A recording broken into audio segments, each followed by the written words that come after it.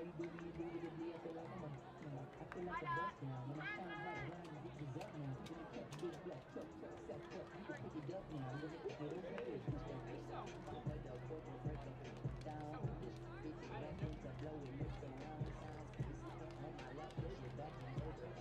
know 21, but like making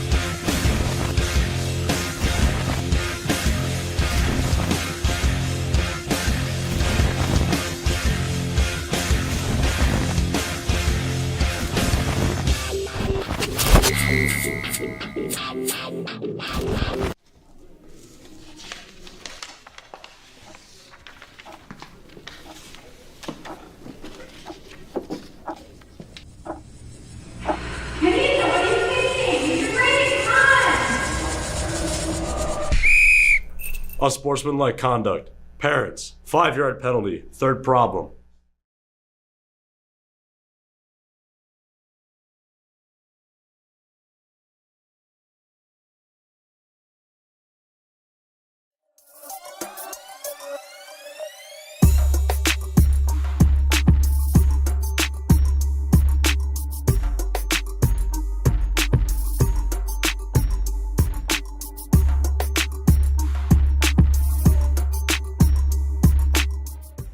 I think of a team that has obviously performed on the field, but I also think of the team that's performed off the field. But it's the excellent complement to everything else. We're gonna make you faster, we're gonna make you stronger, we're gonna make you more agile, but at the same time, we're gonna make you a better person. And you're gonna learn what achieving greatness is. To be a Falcon track athlete means to always put forth your best effort in and out of season and never backing down to competition, no matter the opponent. East Kentwood Track and Field has a tradition that's completely unmatched. It doesn't matter what sport, it doesn't matter what school you're talking about. We are the standard bearer for greatness, and we want you to be a member of that team.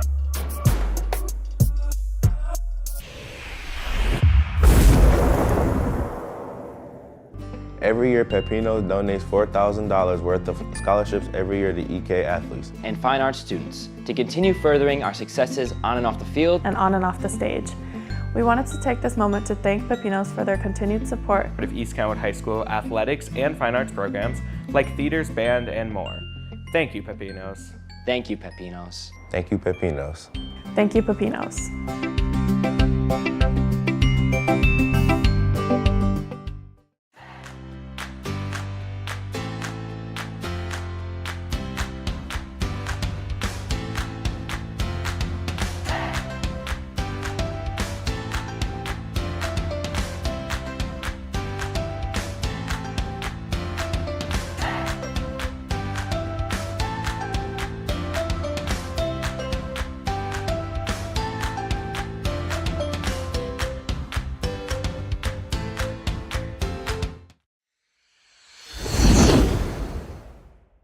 Gotta Get It is a nonprofit organization that prioritizes education, creativity, and physical and mental health.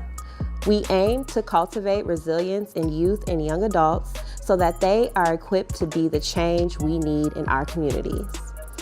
We facilitate programs and coordinate projects that provide opportunities for young people to explore their interests, learn useful skills, cultivate social capital, and develop leadership skills in accordance with our mission to create a sense of urgency to accomplish unforeseen goals without making any excuses.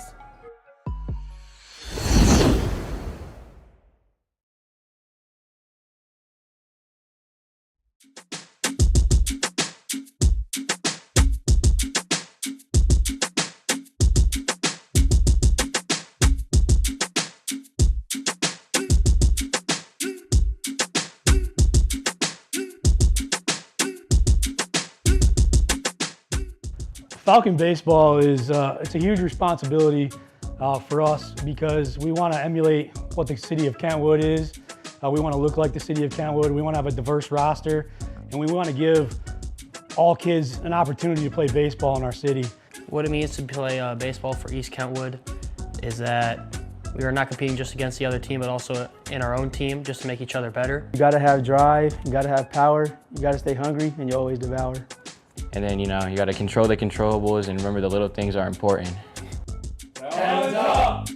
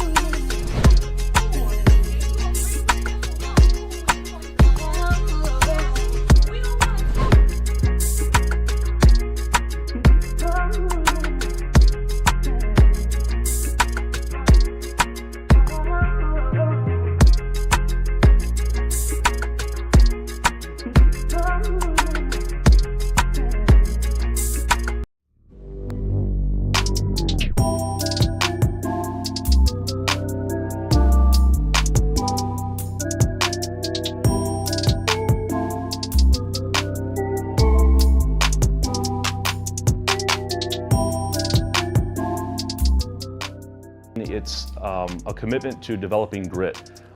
Golf is kind of a metaphor for life. There's ups and downs, same thing with the game of golf. So a Falcon golfer is one that is resilient, and they're committed to developing grit to tackle any obstacle that they face on the course or off the course. Golf is such an individual sport, so being able to be something bigger than just yourself, representing the school and a team, is a lot more meaningful than just playing for yourself. I think it means to take on something bigger than yourself. Golf is such a mental game, and it can break you down very, very easily. And if you can take a step back and realize that you're representing East Kentwood High School, it really helps you dig deep and grind through those tough rounds.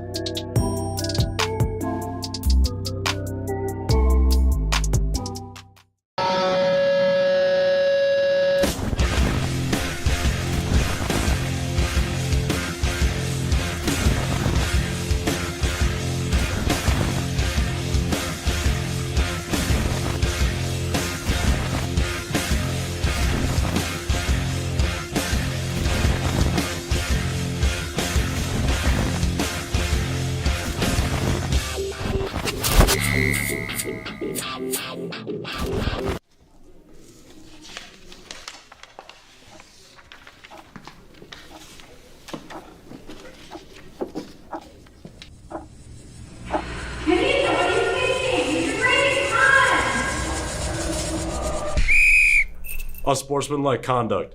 Parents, 5-yard penalty, third problem.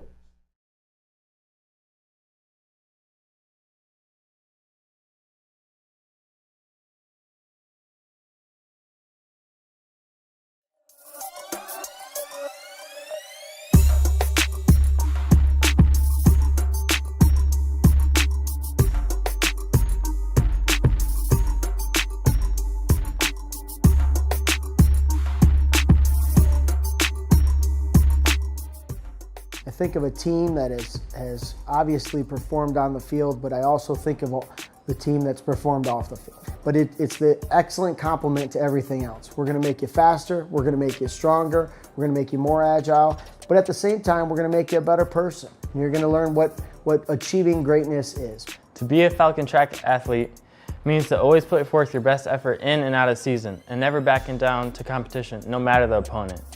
East Kentwood Track and Field has a tradition that's completely unmatched. It doesn't matter what sport, it doesn't matter what school you're talking about. We are the standard bearer for greatness, and we want you to be a member of that team.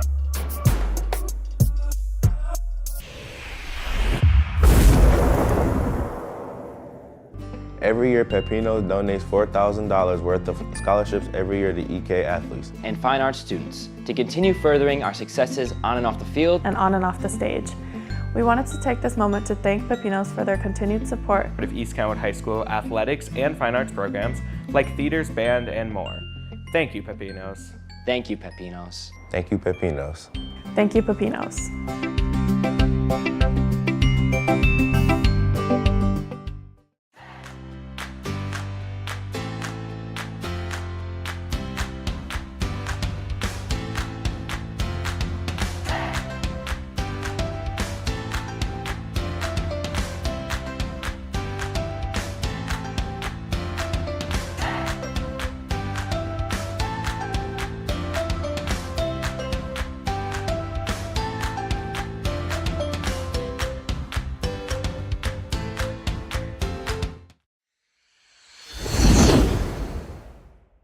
Gotta Get It is a nonprofit organization that prioritizes education, creativity, and physical and mental health.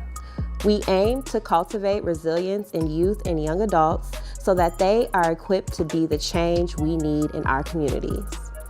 We facilitate programs and coordinate projects that provide opportunities for young people to explore their interests, learn useful skills, cultivate social capital, and develop leadership skills in accordance with our mission to create a sense of urgency to accomplish unforeseen goals without making any excuses.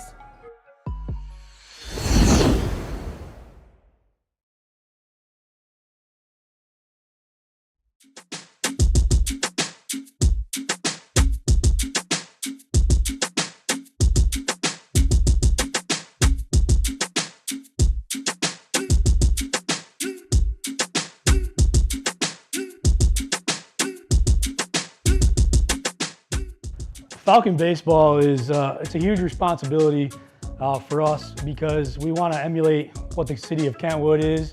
We want to look like the city of Kentwood. We want to have a diverse roster, and we want to give all kids an opportunity to play baseball in our city. What it means to play baseball for East Kentwood is that we are not competing just against the other team, but also in our own team, just to make each other better. You gotta have drive, you gotta have power, you gotta stay hungry, and you always devour. And then, you got to control the controllables and remember the little things are important. Hands up!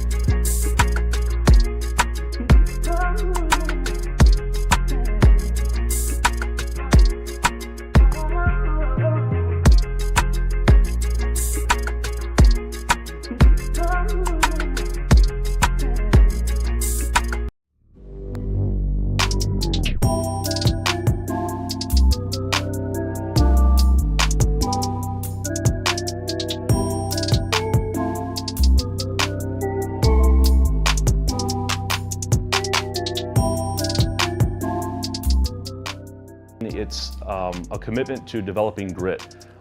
Golf is kind of a metaphor for life. There's ups and downs, same thing with the game of golf. So a Falcon golfer is one that is resilient, and they're committed to developing grit to tackle any obstacle that they face on the course or off the course. Golf is such an individual sport, so being able to be something bigger than just yourself, representing the school and a team is a lot more meaningful than just playing for yourself. I think it means to take on something bigger than yourself. Golf is such a mental game and it can break you down very, very easily. And if you can take a step back and realize that you're representing East Kentwood High School, it really helps you dig deep and grind through those tough rounds.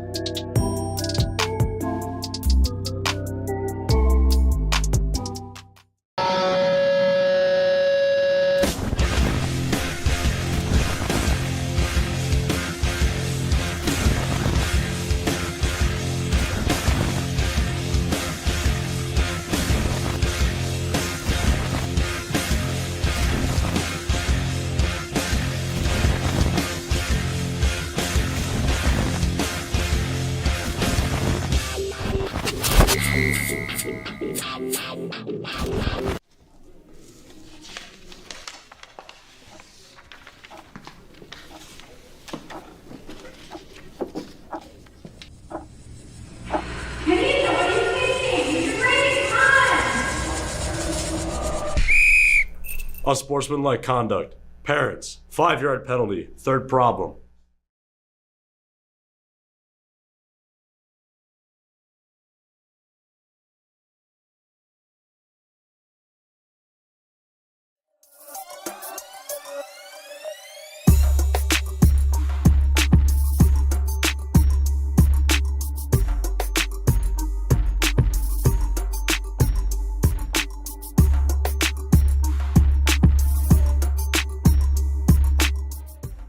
I think of a team that has obviously performed on the field, but I also think of the team that's performed off the field. But it's the excellent complement to everything else. We're going to make you faster, we're going to make you stronger, we're going to make you more agile, but at the same time, we're going to make you a better person. And you're going to learn what achieving greatness is. To be a Falcon track athlete means to always put forth your best effort in and out of season and never backing down to competition, no matter the opponent.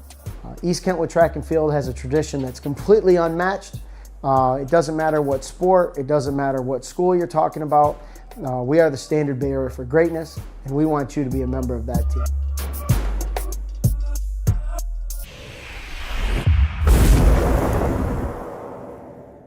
Every year, Pepino donates $4,000 worth of scholarships every year to EK athletes and fine arts students to continue furthering our successes on and off the field and on and off the stage. We wanted to take this moment to thank Pepinos for their continued support of East Kentwood High School athletics and fine arts programs like theaters, band, and more. Thank you, Pepinos. Thank you, Pepinos. Thank you, Pepinos. Thank you, Pepinos.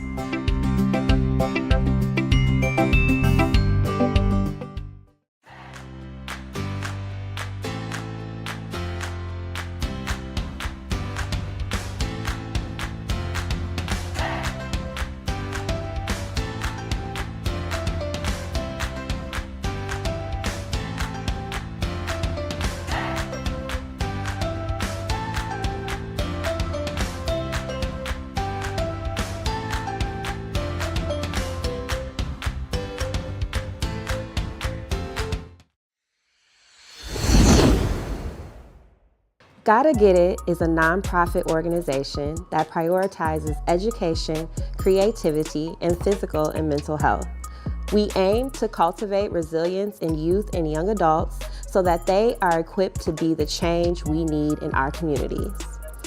We facilitate programs and coordinate projects that provide opportunities for young people to explore their interests, learn useful skills, cultivate social capital, and develop leadership skills in accordance with our mission to create a sense of urgency to accomplish unforeseen goals without making any excuses.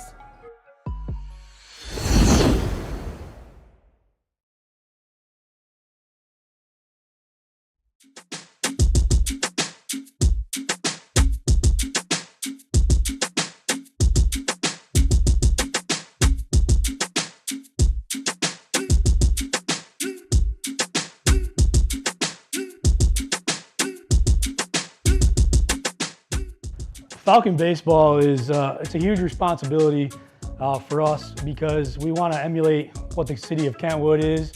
We want to look like the city of Kentwood. We want to have a diverse roster, and we want to give all kids an opportunity to play baseball in our city. What it means to play baseball for East Kentwood is that we are not competing just against the other team, but also in our own team, just to make each other better. You gotta have drive, you gotta have power, you gotta stay hungry, and you always devour. And then, you got to control the controllables and remember the little things are important. Hands up!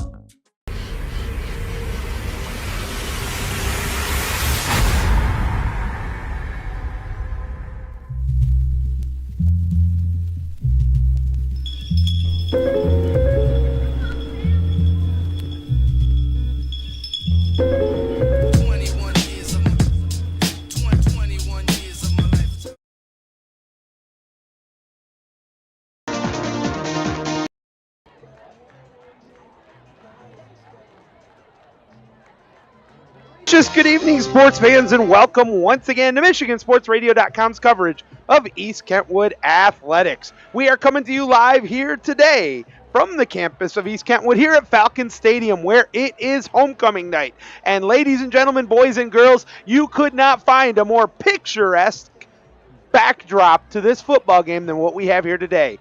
We are blessed as always as we have the production team here for East Kentwood High School going to be setting us up and making us look real good today. My name is Joey Sutherland. Joining me today for the first time in 2023 is my tag team partner and dear friend, the legendary Dr. Mitt Hoffmeister. And we want to thank you once again for joining us here on MichiganSportsRadio.com's coverage and remind everybody that we're looking for our Car Center hit of the game throughout the game. Anytime there's a big hit, it's a candidate to be the Car Care Center hit of the game. All right, Doc, as we're now about 15 minutes away from the opening kickoff, lots to talk about. It's been a couple weeks since we've done a Falcon game, or I've done a Falcon game. It was really optimistic with the season starting off with a big win on the road and then a tough, hard-fought loss at home against Byron Center, a game that we just did not play well, turned the ball over 113 times in a 60-minute game, and then go back the next week on the road for the first time of the OK Red Conference, lose a heartbreaker in the last 60 seconds to Hudsonville.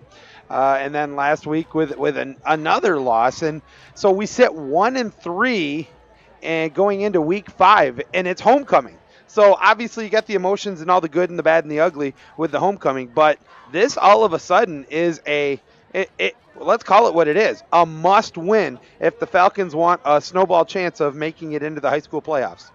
Yeah, Joey, I'll tell you what, it's going to be a little tougher, a tougher road for these guys. You dig a hole that deep, and it's hard. But the loss, to Hudsonville, well, that was a heartbreaker. I was watching that game on Michigan Sports Radio, and it just tore me up because they played so well, so hard the whole game, and then at the last minute to lose a ball game like that. But I was optimistic on the way they played last week. That there were some good things. Turnovers is always an issue, and then you always have to worry about the defense. Defense has to step up. We're defensive guys, and we just got to get going on the D. So, and we're going to talk about that here in a few minutes in our keys to the game. But in my conversation this morning with Coach Kimbrough, and he talked about it, and he said one area that just has to be cleaned up is we can no longer afford to continue to turn the ball over. In the last few weeks, we've been turning the ball over and not getting turnovers. I mean, I know that sounds cliche, Doc, but is it more than just duh? It is more than duh because it's a momentum shift. And, when you look at the emotions of a football game, particularly at this level, I mean, that's what it's all about. And we see a shift up and down. It's crazy. You make a fumble recovery or you get a turnover, and it gives new life to your team. You lose one, and it's like you get the plug pulled. And it takes a little while for these guys to get that emotion back to the level. That's maturity, and that's I'm sorry that I don't know if some guys never get it. So it's crucial that they limit the turnovers, and they got it like we were just saying. The defense has to step up. They have to just play like the size they are, and if they do that, they won't have trouble. And they got homecoming tonight.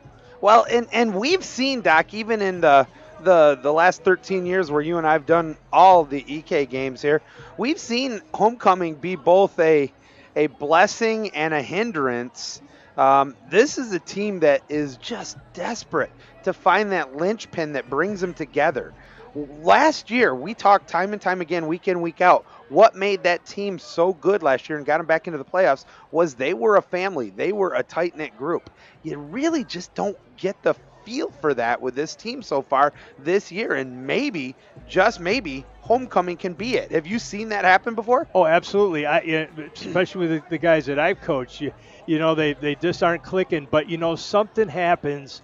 There is some factor, you know, that happens, whether it be a big hit or a turnover or a homecoming, where all of a sudden they start to trust and believe in each other, and they're all on the same page. And when they play like that, it's very difficult to beat a team, because, you know, if your cornerback's going to all of a sudden decide to go after the quarterback on an end around or something, that means he leaves that area naked, and if his safeties don't shift, we're in trouble. But when you get to play like a team, you don't have to worry about that, because they're watching out for their brothers. And you know, sometimes it takes the biggest adversity to bring you over that hurdle and bring together. They may not be a great team, but they realize that they're in battle together. I always think back, one of my favorite games I ever seen in high school football goes back to 1989, when Creston, on their homecoming, was taking on Catholic Central. They were down 28-0 at halftime.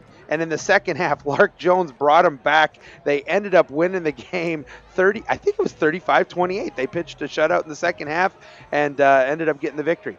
Then that team from that point on started to trust each other, play together, and they were a 500 team going into that game and won 3 of the last 4, I think, to make the playoffs. So, yeah, we've seen that kind of thing. We have seen it. And, you know, and East Kentwood has the same type of nucleus. They've got very good speed.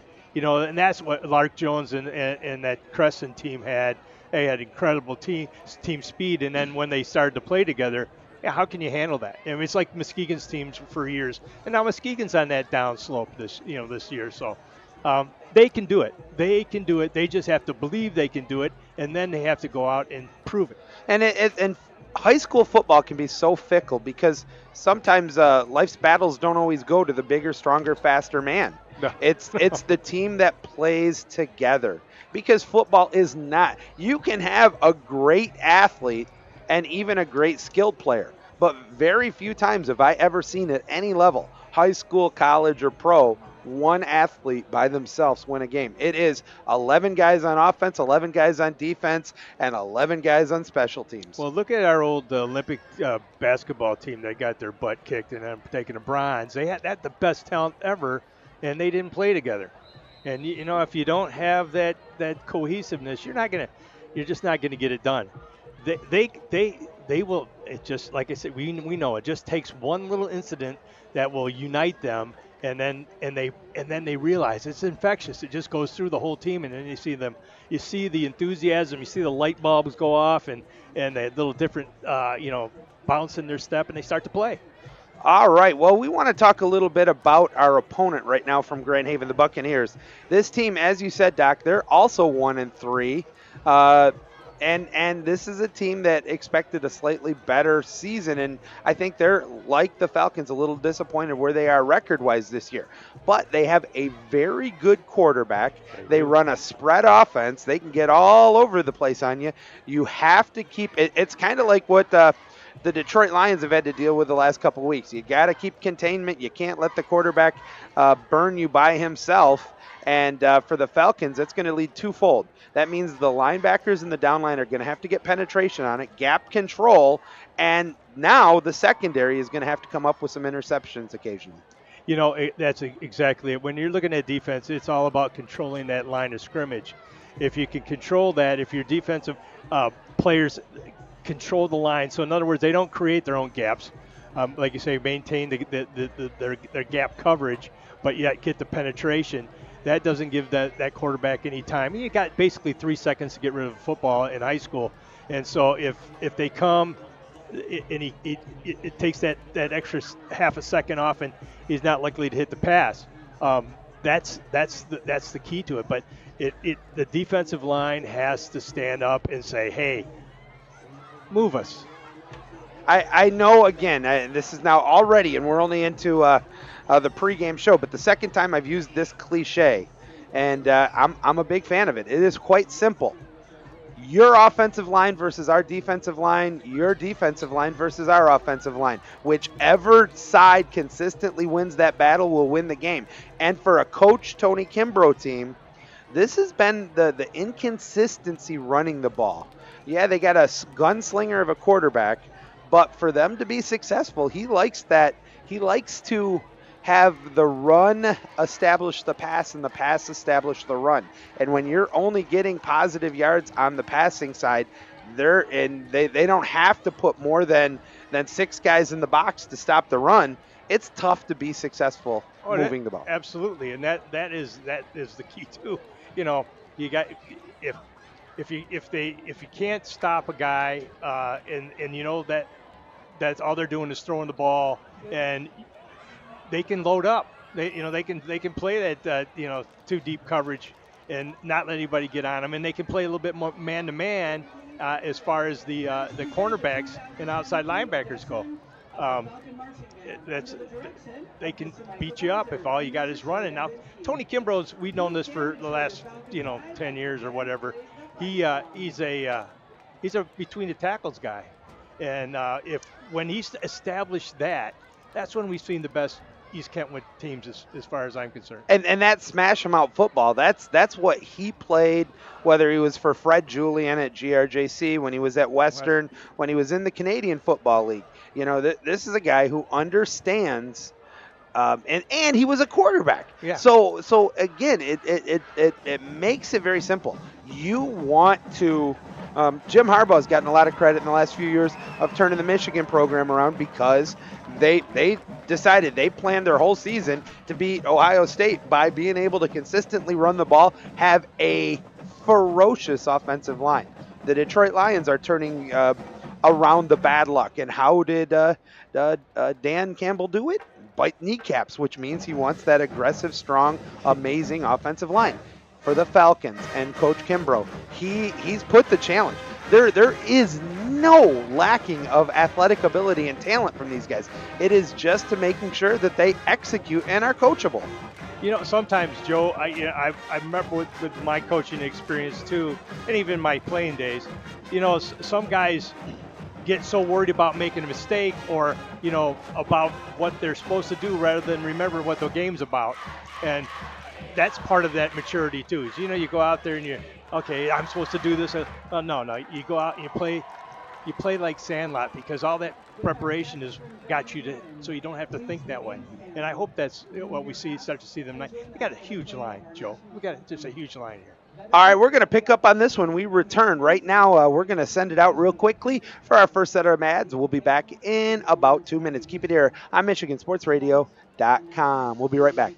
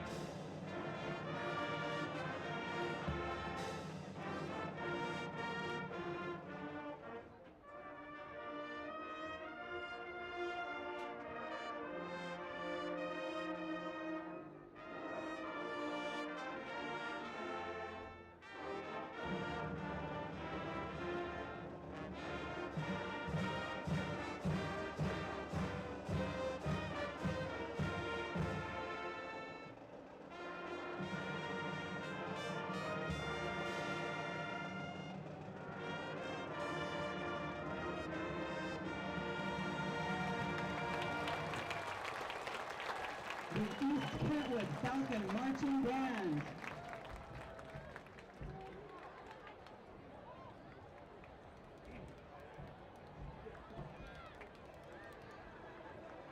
I know we just signed a deal, but I need my advance on the next one too. Yeah. I need you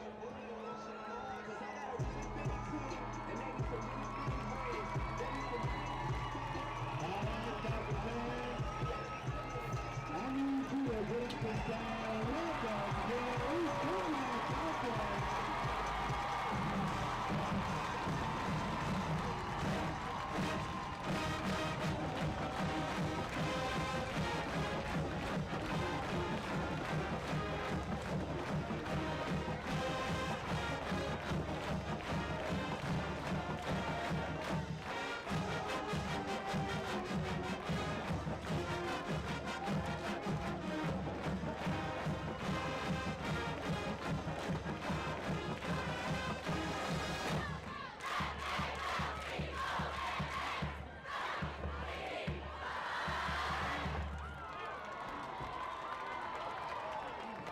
Good evening, and welcome to East Kentwood High School for tonight's varsity football contest. In the OK Red, welcoming our friends from the Lakeshore, the Buccaneers of Grand Haven High School, and your East Kentwood Falcons.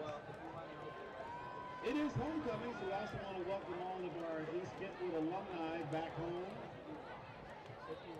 Make sure you enjoy yourself and visit the alumni tent down at the south end by the flag. Falcon fans, you have an opportunity to help your team every time your Falcons get a first down. We want to hear from you, so let's give that some practice. Casey Jopley's pass is complete to number 7, Caden Houghton. And that pitch and catch is good for a Falcon. I think we need to try that again. Casey Jopley's pass is complete to number 7, Caden Houghton. That pitch and catch is good for a Falcon. Much better.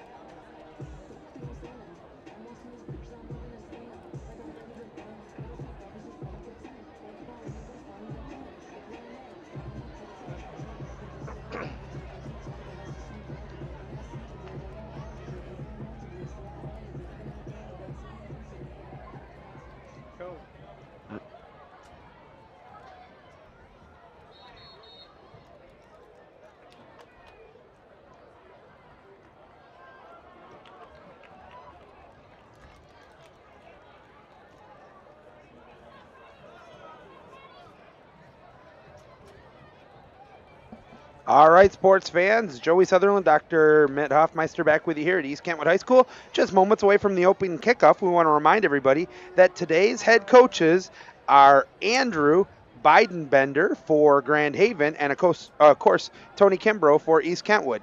That coaches is presented by Sporting U. Sporting U, you think it, we ink it. We have what you need to look your best. Check them out at sportingu.com.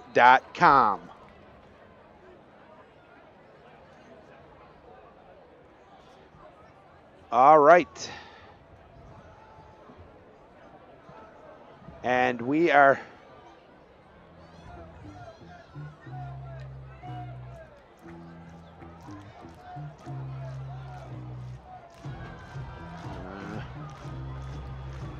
advanced settings.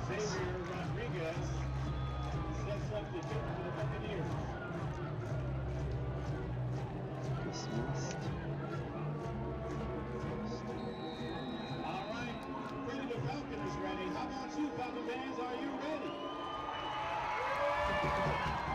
All right, and we are into live action here as the Falcons return the ball, bring it up the field, and brought down in good starting field position. We're going to mark that at about the 34.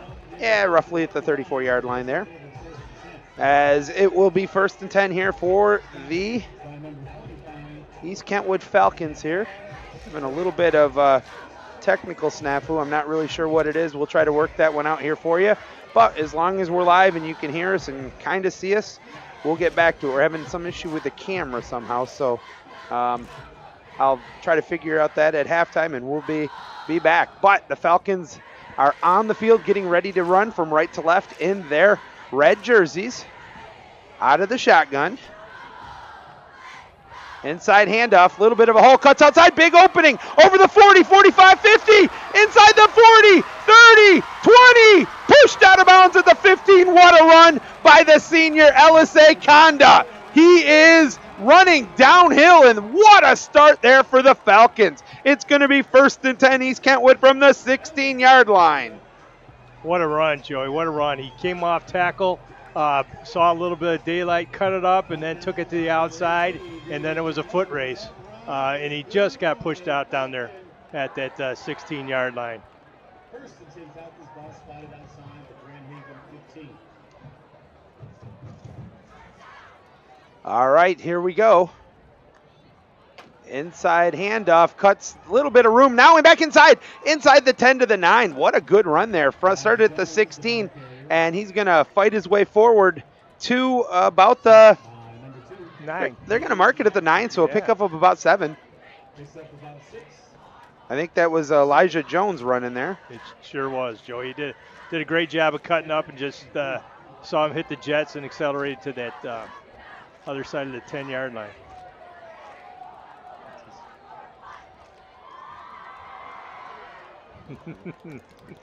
All right, right up the middle once again, near the 1st down. In fact, he's got the 1st down. I'll tell you what, Kanda, I think he decided he wanted that ball. So I think it was going to be a little bit of an option, and he pulled her right out of Japp's hand. But again, made the 1st down. It's 1st and 10 on about that 5 or 6 yard line. 1st and goal, I should say. All right, here we go. Breaking the huddle, changing the play.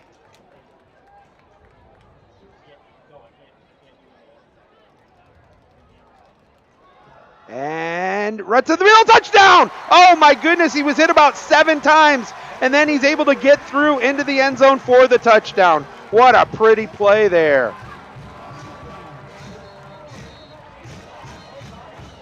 And just like that, with 10 and 27 to go, the Falcons march down. They take it 66 yards on the opening kickoff to get the touchdown. Here comes the point after attempt. Ryan Moore, the senior kicker.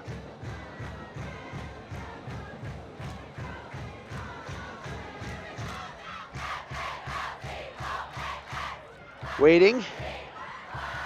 22 on the game clock. Snap is good, hold is down, kick it's up, it's end over end. It splits the upright, folks, and with 10:27 to go, it is 7-zip Falcons. And one might say just what the doctor ordered here on homecoming night. I'll tell you what, Joey, that whole offensive series for the long runs, everything was certainly Mr. Kanda. He's got some power. He squares those shoulders at the line. It's a pretty thing to see. All right. So with that, It'll be the first opportunity here to see if the defense can answer the bell, and this is where the game is really going to be determined. How the defense can contain, handle, and control the Grand Haven offense.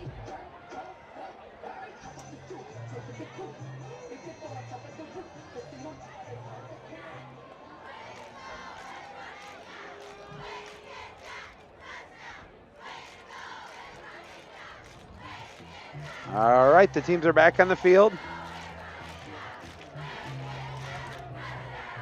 Brian Bowman to kick off for your Falcons. Duke for the Bucks. 21, Will Koristra. 22, Chase Robinson. All right, getting set for this kick. Back deep to return.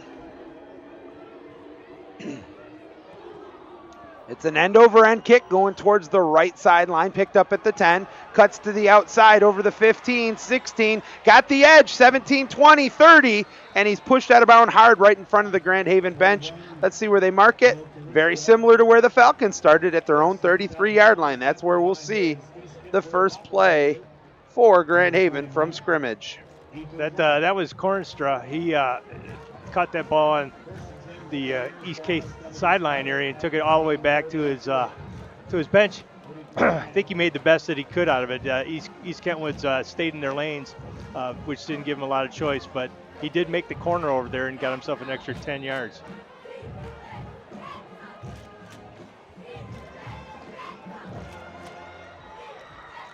All right, they break the huddle, out of the shotgun, man in motion, end around, up to the 32, but gets away from the first would-be tackler, but not much after that. Stellan Bowman got back there and he wrapped him, but unusual, he wasn't able to contain him. Finally, it was the linebackers finished him off after a modest gain of about 2.5, second down and a long 7. Yeah, that's at Chase Robinson. I think he was the player of the game last week for them. He can do it all. He's a heck of a defensive player as well. All right, second down and a long 7. Sticking with the shotgun, man in motion, this time going to the strong side. Gives it on the trap a play. Nothing there. And, a good job getting a push. And that was that gap control around the edge there, Doc. I was just going to say, I watched that defensive line, and they didn't give. It was a beautiful thing. The only thing that got him that little extra bit was that little push from behind. So. And actually, he loses a half a yard on the play. Yeah. It's going to be 3rd and 8, the ball back at the 35. And this is that first opportunity for that secondary to get the Falcons off the field.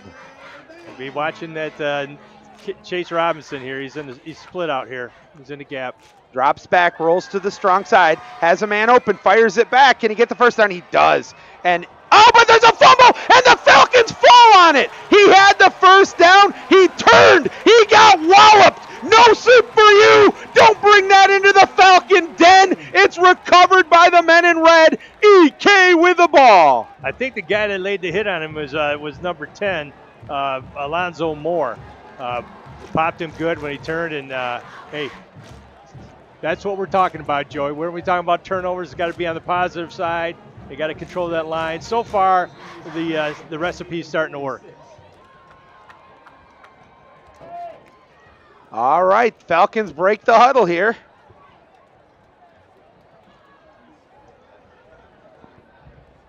Casey Joppi at the quarterback. Joining him in the backfield once again is Ellis A. Conda.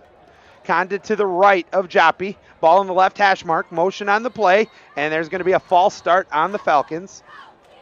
No, I beg your pardon. A timeout called by Coach Kimbrough with 8:59 to go here in the first quarter, and a timeout taken by East Kentwood.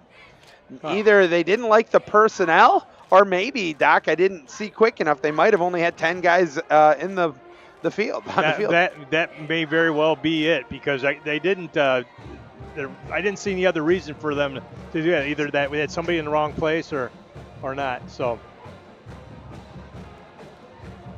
All right, so Coach Kimbrough is talking to the offense, and that gives the Buccaneers, Andrew Bidenbender, a chance to talk to his defense before they get back onto the... Yeah, EK's line's ready to go, especially with those big Granderson boys there. That's a load of an offensive line. All right. Well, the ball is on the 46-yard line of the Buccaneers. Falcons with 2 running backs joining Joppy, and they're going to hand it off to the right side. A little bit of room, cuts inside. Nice run inside the 40 to the 39. That was a dandy run there by Elijah Jones.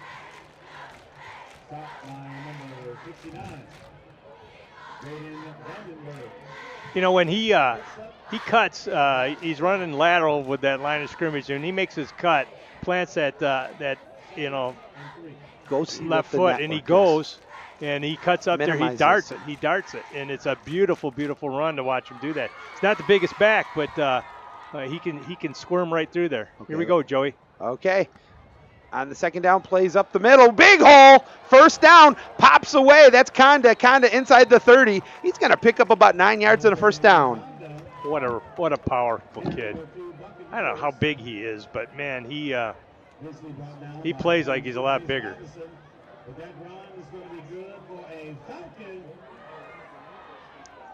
Yeah, he ran off tackle on that right side. Gave it to him, and man, it was a beautiful thing. And he got in that secondary, popped that linebacker, and got himself a couple, 2 or 3 extra yards. Gave him the first down, 1st and 10. All right, 1st and 10. Falcons driving just about in the red zone here. Play clock down to 6 seconds. They're going to have to hustle. Joppy has the snap, right up the middle, run, kicks the outside. Man. What a cut. Now goes inside the 25, hog tackle down. Boy, I thought that second effort, he did that little Texas two-step there. Elijah Jones looking like he was on a hot plate dancing around. A la Barry Sanders. But not quite the speed that Barry has, but, man, he did a good job making something out of nothing there. It's going to pick up 4.5 yards on the play. We're going to call it 2nd and a long 5 with the ball at the just inside the 23.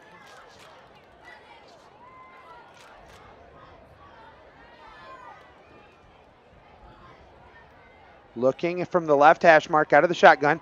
Play action. This time he drops back to pass. Pressure comes. Throws it deep. Has a man open. There was definitely flags. And I said definitely an interference, but no flags. Holy cow. I guess face guarding is legal in high school. I guess especially in the back of the end zone.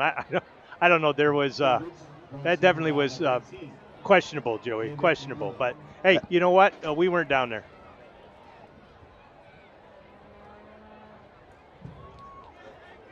All right, it's going to be now 3rd down and 6 here for the Falcons. They're signaling in the play to Joppy right now. Play clock down to 12. Joppy out of the shotgun. To his left. We got trip receivers on the strong side. Drops back to pass, has time, fires it, and it's a strike caught. Boom. First down. Nice pitch and catch to about the 15. 2 yards past the sticks and a first down. I think that was number 8. I'm waiting to see, but that would be Kendrick. It was. That was beautiful. That was beautiful. The pass was right on the money. Just the only place he could catch it. It was a beautiful, beautiful play. 1st and 10 inside the 15-yard line. Wow, they're moving, Joe. This has been a nice drive after the fumble recovery. This time, Joppy under center. Conda is the tailback. They're going to hand it to him around the left end. Straight up the middle. 10, 5, near the first down. Just an explosion there. He took off like he was Cocoa Puffs. Picks up about 9 on the play. It's going to be 2nd and inches for the Falcons. And you see LSA already looking up here. We talked all week. He is still waiting for an opportunity to look up here and give me some love after a touchdown. I love it, Joe. I love it. I love LSA. He is just the class act. So. What a powerful kid, though. I mean, it's just right up the gut, and I thought he was going to break it. Well, he kind of did. Yeah, they only gave him 9 though on it. A little surprised by that. Yeah, that's not right. Yeah, but what? Second down. Okay, now we're going to a pro set traditional I formation here. 2nd man through. Good block. First down. Touchdown, Conda. Oh, baby, that lead blocker was able to take out the blitzing linebacker, and that allowed Conda to get the touchdown from 6 yards out. Oh, baby, was that pretty. LSA Conda with the touchdown, and the Falcons are up 13-zip with a PA pending. Wow. Wow. That 6-yard run again? I think so. It's 2 in a row for him. All right, Chase, I'm going to give you the number. You can call the people. They'll talk you through it. Kick is up, and it is good. Nice shot through there. No question about that one.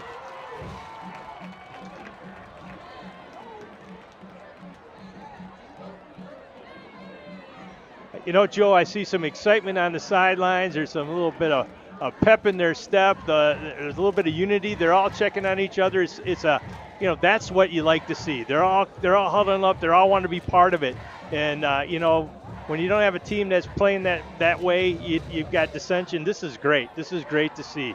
And they're all excited. They're all looking, and it's homecoming too. Man, it's homecoming. It's homecoming. All right. You're probably here. Take the chair so you can sit.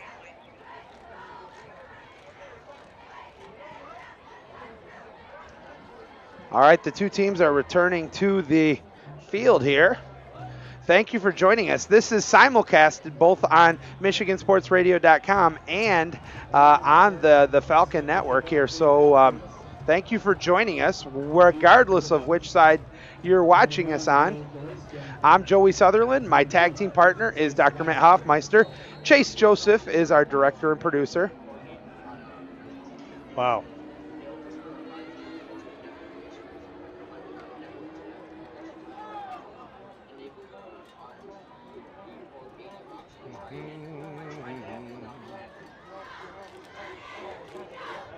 All right, here comes the kickoff. Oh, biggie. He got a lot of boot on that one. It's picked up at the 6. On the right hash mark over the 15. Cuts inside. Dances away, still on his feet. Now he's going to be hog-tied down at about the 21. Actually, Doc, that was a pretty good patient return. It was. He waited for his moment. Let the defense get on him and tried to shoot that little gap between them.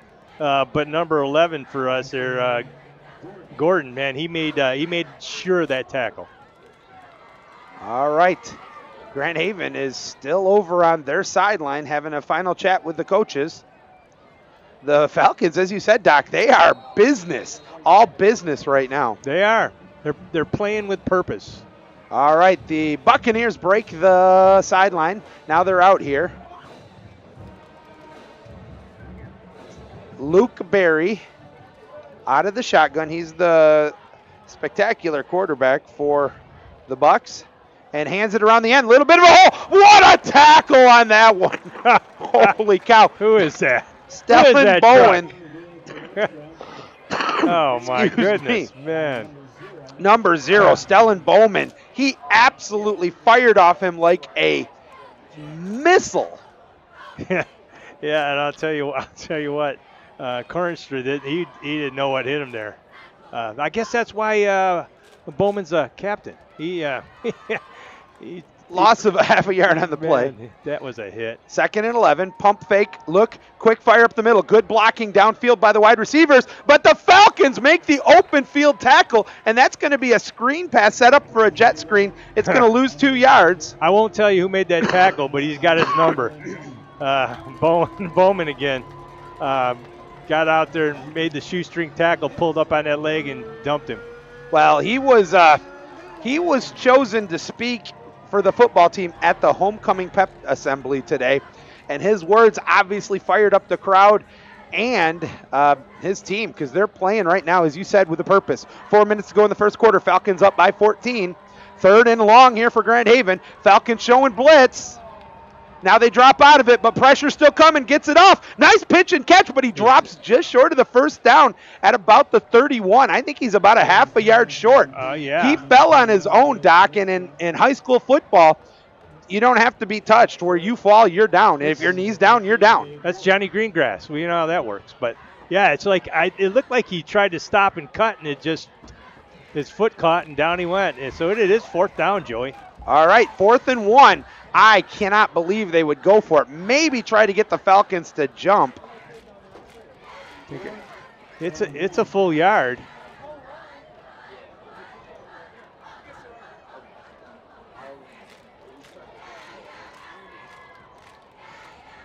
All right, they're still talking about.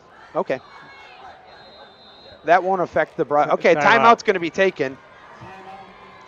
I'll tell you, if I was the Falcons, I'd be looking at number 22 again for them, Chase Robinson, because he's the guy. He's like that wing back, and he'll shoot in between that gap, like he'll go in motion like a counter, and he'll hand off to him. But gets a good head of speed on him, and he's a pretty solid runner. And like I said, he was like the player of the week last week for them. So I'd be keeping that. That'd be the guy I'd key on. Or their quarterback's pretty athletic too, so maybe they'll try and do a sneak.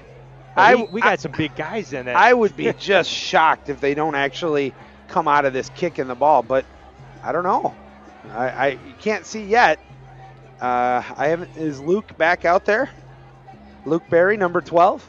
He is. So they look like they are laying it all on the line right now. Then you got. Here we go. Big fourth down. 4th and a yard from their own 31. We'll see if that number 11 guy drops back. He's awful clean. They hand the ball straight up the middle. There he is. And second effort. He's able to pick up the first down. The Falcons touched him in the backfield, Doc, but were unable to wrap him up there. That is a gutsy call from Biden Bender, the head coach for the Buccaneers. I tip my cap to him there, because you don't want to give the ball right back to the Falcons, who have already had no problem moving the ball offensively. Yeah, especially almost in the red zone.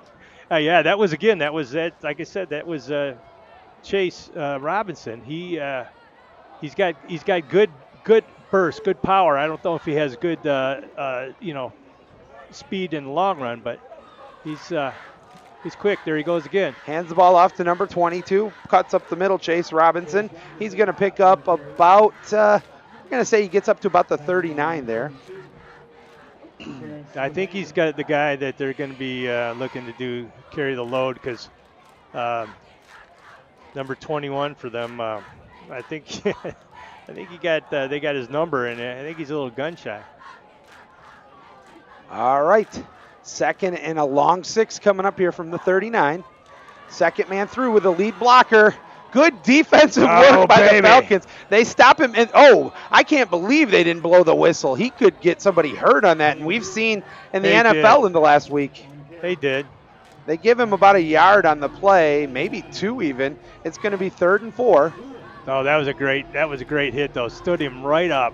Again, that was Chase Robinson. Like I said, he's got good power for that short little burst, but man, when you got 2 guys like the Falcons had and just stood him up, he didn't stand a chance.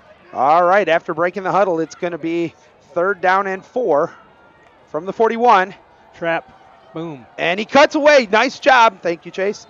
Big shout out to our executive producer, director Chase Joseph. We had some issues, and looks like we're corrected now, so thank you. And that's actually enough for a first down. Good job by Grand Haven, just continuing to pound the ball right now between the tackles themselves. That was a trap play again that Chase Robinson got the ball, but their big guard pulled on that and led him through the hole, and that's why he was able to make that good run and pick up that first down right on the 45. All right. 1st and 10 from the 45, near in midfield, down to 56 seconds to go in the first quarter. 14-zip Falcons on top. Drops back to pass, has a man open. Pass was behind him. That was really, Doc, just a 5-yard curl pattern. Yep. And he was unable to connect with his flanker, and it's going to be 2nd down and 10. The clock will stop with 49 seconds to go here. And the line showed pass right off the bat. There was no mistaking that it was going to be a pass play. Different way of running offense. I would have probably done a little something where they came off the line and stood up. But we want to remind everybody before this next play that the Family Fare Tailgate Special of the Week is fresh, all-natural, boneless beef ground chuck for only $2.47 a pound. Wow. Visit shopfamilyfare.com for all the specials. 2nd down and 10. Handoff up the middle. The Falcons read that one. Nobody was fooled. That's LSA Conda. He's doing it on both sides of the ball. I tell you what, it's going to be a game between Conda and Robinson, because Robinson's a defensive dude too, man. This Hey, this is great. Hey, Doc, did you know next fall Calvin University debuts its intercollegiate football program, and practice is already underway for Coach Trent Figg and the Knights. This fall, catch MichiganSportsRadio.com's coverage of the Knights countdown to kickoff with the debut of Figg on Football monthly show and its live broadcast of the Calvin Football Falls Inter-Squad Games September 30th. That's Calvin University Football on MichiganSportsRadio.com. Awesome. It's about time they got the program going in over there. Being a MIAA player myself. All right, well, that's the end of the first quarter. Our score, 14-zip Falcons. We're going to step out for our next commercial. We'll be back. Keep it here on MichiganSportsRadio.com.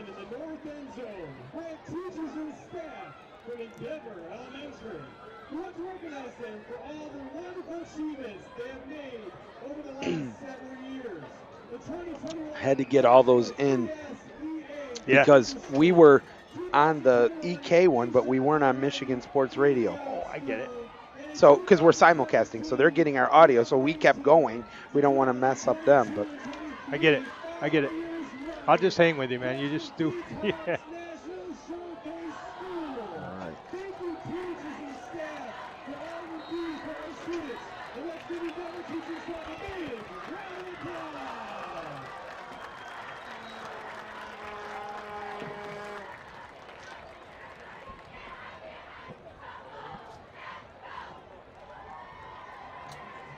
Homecoming court. You see that big board down there in the north end zone. You see where it says 12. You need to be down in the all right, sports fans, Joey Sutherland, Dr. Matt Hoffmeister, to the second quarter we go. Falcons on top, 14-zip. Thank you for joining us here on the simulcast version of today's football game between the Buccaneers of Grand Haven and your Falcons. Third and long here for Grand Haven. Out of the shotgun, rolls to the strong side of the field, fires it, has a man open. It's a nice pitch and catch for the first down inside Falcon territory. Ooh, the corners played a little soft there, and Grand Haven said thank you very much and converted that pass for the first down. What's the problem on that one defensively, Doc? You hit it right. They were a little too soft. There's a little bit of a hold. Kind of reminded me of Detroit. It's a guy trying to bust through, and then the receiver sat down in between the defensive backs and the linebackers, and the safety's got to come up a little harder. Number 2 with a good run up the middle, gets inside the 30 to the 25, maybe to the 23. That's going to be a pickup of 11 and a first down. Nice run. What number was that? Number 2. Number 2, Dean Matson. He's actually the fullback, and I know you like fullbacks, Doc. Oh, yeah. Well, you know, I mean, after all, they're the best player on the team. The bread and butter of the team, yeah. They do it all. I mean, they can run, they can block, They sell popcorn at halftime. They do it all. I got it. They make friends with the nose guard every once in a while. First and 10 inside the red zone here for the Bucs, looking for their first points of the game. Falcons showing a run blitz, and that will help, and they're going to able to deny him to a gain of about a half a yard. Those are one of those blitzes. If you're not overly familiar with football, Doc, there is a difference between a passing blitz and a run blitz, and that was prototypical definition of a run blitz. Yeah, they definitely, but had their linebackers definitely cover for that, because if you don't, you're lost. All right, no gain on the play. 2nd and 10 coming up. Matson in the backfield out of the shotgun is joining his quarterback, Luke Berry. The ball's on the right hash mark. Drops back to pass, has all the time in the world, throws it deep into the end zone, but way too much air underneath it. Good coverage there by the Falcons, and it's going to be 3rd and 10. Now, the Falcons in this drive, Doc, have forced the Buccaneers to have the 3rd and longs. You want to do that, but it's the 3rd and 4th down defense that has not taken care of business and gotten the Buccaneers off the field. Yep, exactly. Now the quarterback there for them he had a little bit too much on it. He had a lot of air on it, but if he had dropped that in nose down, it might have been a different story. But because the receiver was technically a little bit open. But we had 2 guys back there. Play clock's down to 7 seconds. They are really going to have to hurry to get this play in. 4 seconds. I think they're going to have to call a timeout, and they do. With the clock down to 2 seconds at 10:22 to go in the first half. Second timeout taken here by Grand Haven, and that was just because it took them too long to get the play in. Yeah, you know what, Joe? I think if that's going to happen, this is the right half to have that happen. Because they obviously took a little too long to get that. Maybe they don't know the numbers so well. Well, Doc, we're still looking for our car center hit of the game, and 2 hits right now that have already come to my mind. There are actually 3 candidates.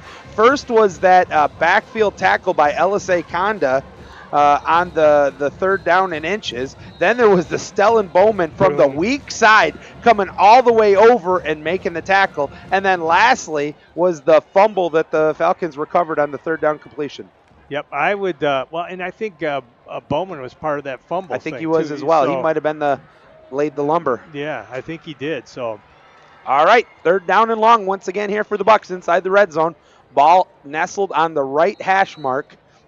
They're going right to left from the 23-yard line. Falcons showing blitz, and they probably jumped there. They did.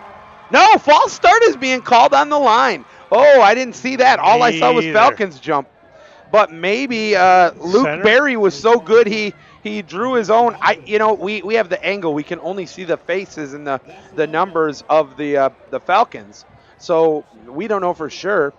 I always like to be honest. If it was a bad call, it's a bad call, but we didn't see it.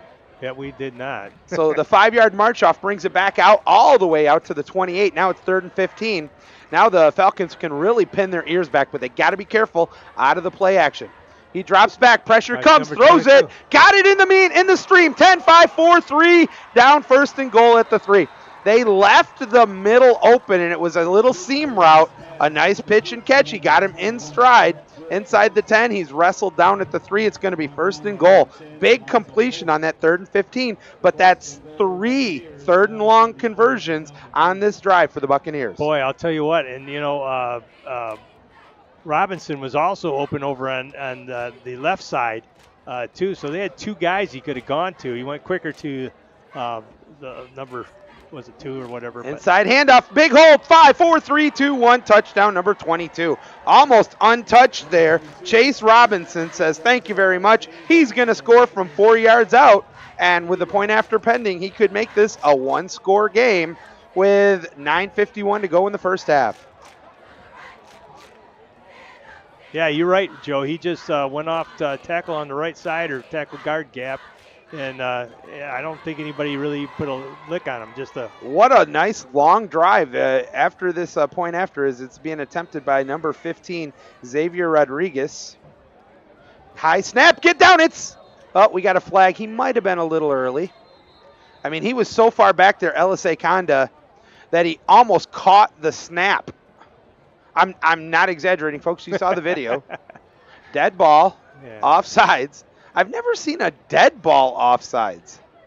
That is a first. How does that happen? I'm going to have to ask Mr. Baker about that one, as we love to fight about when I pick on officials and he defends them. Well, he does know his stuff. And words. I am definitely not criticizing him, but it is my constitutional right to criticize officials. Absolutely. Absolutely. All right, with the mark off, it's now at we're going to call it the 1.5. And now, instead of going for the point after, they're bringing back out the offense. Chase Robinson, who scored the touchdown, is going to be back in the backfield along with Luke Berry. There's the snap, quick run, right side trap. Gets it. Did he get in? He did.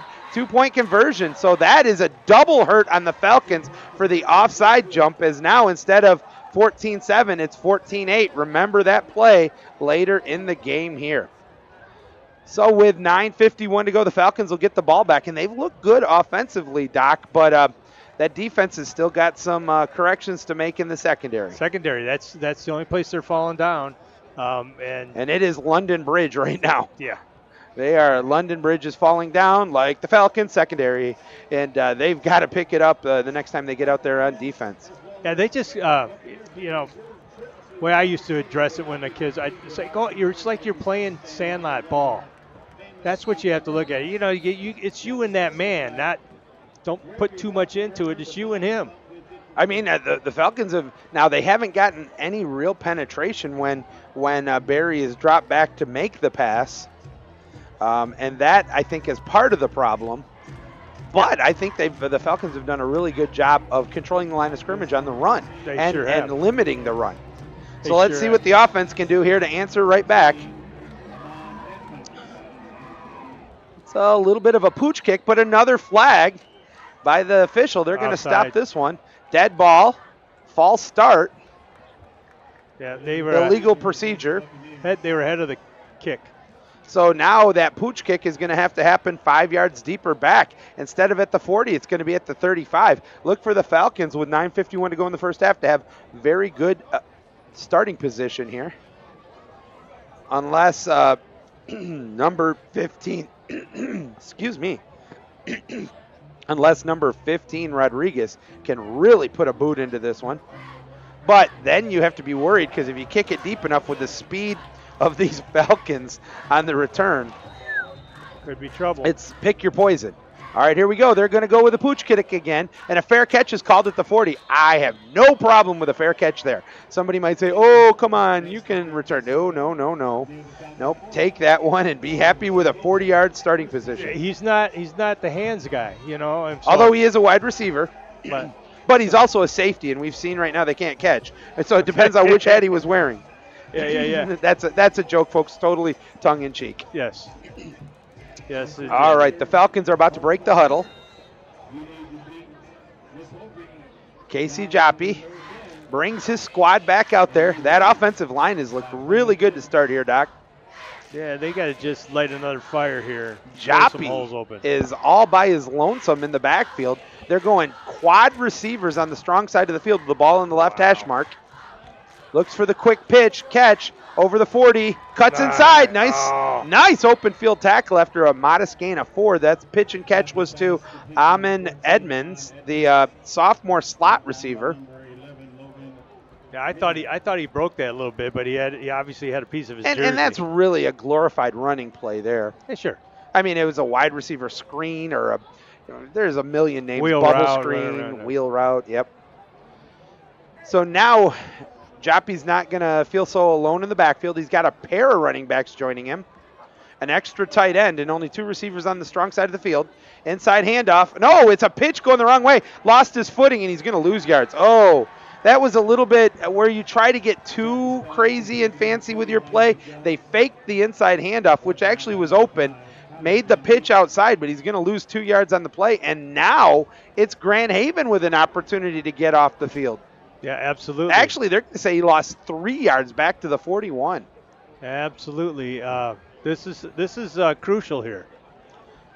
8:41 to go in the half. Homecoming here for East Kentwood, who is both teams are 1-3 and 0-2 in the OK Red. Big third down. This is where Grand Haven has been successful on 3rd and longs. See if the Falcons can answer. All the time in the world for Joppy. Fires the strike. First down. Nice pitch and catch. Number 7. Caden Holt. He pulls it down inside Grand Haven territory. That'll be another Falcon first down. That's a big completion on 3rd down there, Doc, for the morale of the team and to give the defense a blow. That pass was beautiful. It was like on a rope. And, when Holt cut, it was right there as he cut towards the middle of the field. Beautiful play. Beautiful play. All right, the Falcons bring in back the run-heavy lineup. And it's going to be both in the backfield. Elijah Jones and Elisei Conda joining once again the quarterback, Casey Joppy. Another extra tight end the ball's right in the middle between the hashes. And they're going to hand it off straight up the middle. There's a little bit of a hole. Dances around, still on his feet inside the 45 to about the 43. Pickup of about 4.5. I have no problem with that. This kind of reminds me of the old Green Bay Packers, Chicago Bears of the 60s, 70s, and early 80s, where they got 2 gifted runners out of the backfield. Now, they weren't out of the shotgun, but it's still pretty much the same concept. Yep, absolutely. And I'm starting to figure out what Coach Kimbrough is trying to do here, because there's usually a pattern that you're trying to get so the defense falls into it. This time they try to go around the right end. Hits by the first would-be tackler. Cuts inside, first down. Inside the 30 to the 29. Elisei Conda. Man, he is running running like, I mean, I don't think you could touch him right now in a phone booth. He is just slickery, running downfield. Oh, the defensive back that came up to make that hit on him had him dead in his rights, and he did. He went to grab him around the numbers, and LSA said, whoop. It was almost like a cartoon noise. Grab some air. First and 10 for the Falcons now, deep inside Grand Haven territory. First and 10 from the 30. Sticking with the double tailback out of the shotgun. This time they're going to go counter on the end. First guy gets by inside the 30, 25. Oh my goodness! The ref threw, he's going to score a touchdown or just about, but it's coming back. The ref threw the flag at least 10 yards after he was by it. I'm not necessarily disagreeing with the call, but he did not throw that laundry until it was so far past the time. Oh my goodness. If you can see it on the screen, rewind this a few seconds and see what I'm talking about. It is ridiculous how late he called that one. It was so late I didn't even notice it. I was watching him because I was surprised it wasn't called early. And that's what I'm saying, folks. I am not questioning that it was called. But he did not throw that laundry until it was so far past 10 yards down the field. You throw that right away. I'm not going to go there, Joey. I'm just not going to go there. All right, after the yards are marked off, where are they bringing that all the way back to? The 40. So it's first and 20 for the Falcons from the 40. Now they're going to switch to a single back out of the shotgun, joining Joppy. It'll be Jones. Two receivers on both sides. The ball's on the right hash mark. We're down to 6 minutes to go in the half. Man in motion. Fakes the inside handoff. Now gives the inside handoff inside the 40 to the 30. Oh, he was hog-tied down by the looked like by the face mask, but a pickup of 10 on the play. They got it half back with a nice run, gain of 10 for Elijah Jones. That was pretty. That was good. On both sides. The ball's on the right hash mark. We're down to 6 minutes to go in the half. Man in motion. Fakes the inside handoff. Now gives the inside handoff inside the 40 to the 30. Oh, he was hog-tied down by tricks when you're trying to confuse people. It's still good blocking. Exactly. You're pulling stuff out, though, Dutcher. Second and 10. Man in motion. By himself is Joppy. Got the offsides, and there's the call. But, maybe now they're going to change it to a false start. I saw offsides. And it is encroachment. So instead of second and a long 10, it's going to be second and a long 6. So both teams are shooting themselves in the foot on the defensive side when they can ill afford it. We're now down to 5:40. I can take care of that foot stuff. It is nice to have a podiatrist as my tag team partner. I needed him after the dunk tank today. That's a story for another day. Second down in the long, short 6. Handoff straight up the middle. Nope, he pitches it. Second time they've tried it, and the second time it failed. Now he's just trying to get back some positive yards. That's a great job, honestly, there by number 20, Elijah Jones, to only lose 4 on both sides. I needed him after the dunk tank today. That's a story for another day. Second down in the long, short 6. Handoff straight up the middle. Nope, he pitches it. Second time they've tried it, and the second time it failed. Now he's just trying to get back some positive yards. That's a great job. So essentially all it was nothing for nothing from the offsides play. Jeez.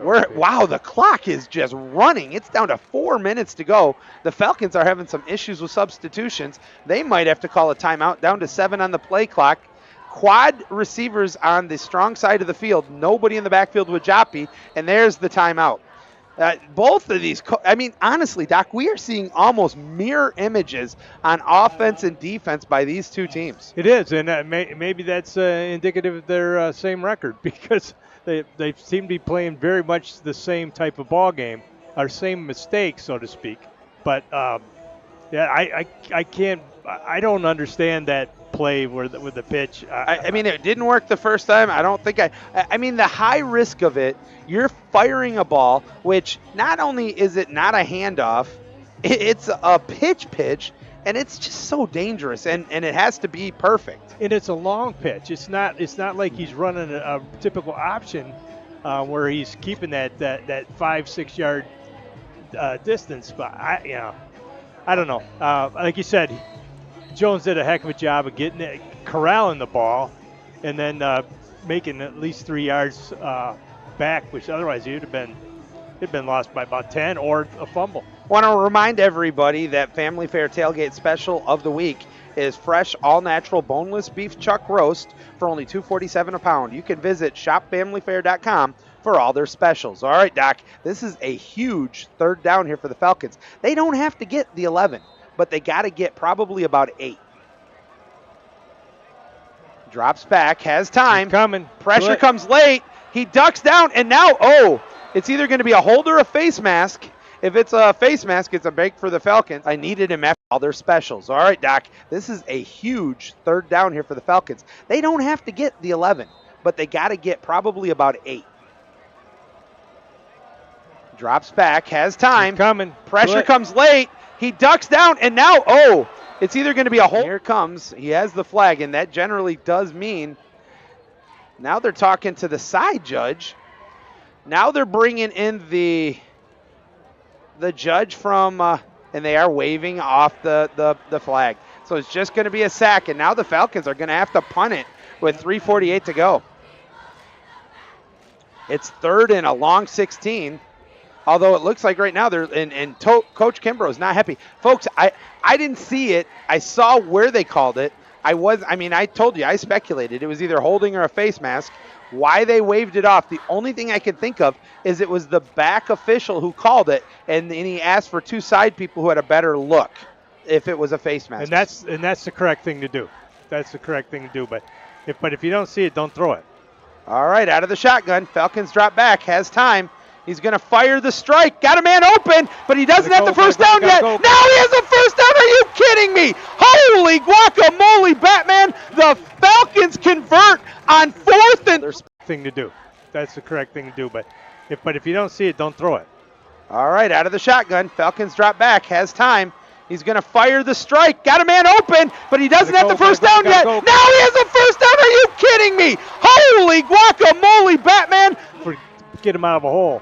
Boy, both teams on 3rd and 4th and longs are going with these zone coverages, and they're getting beat by speed.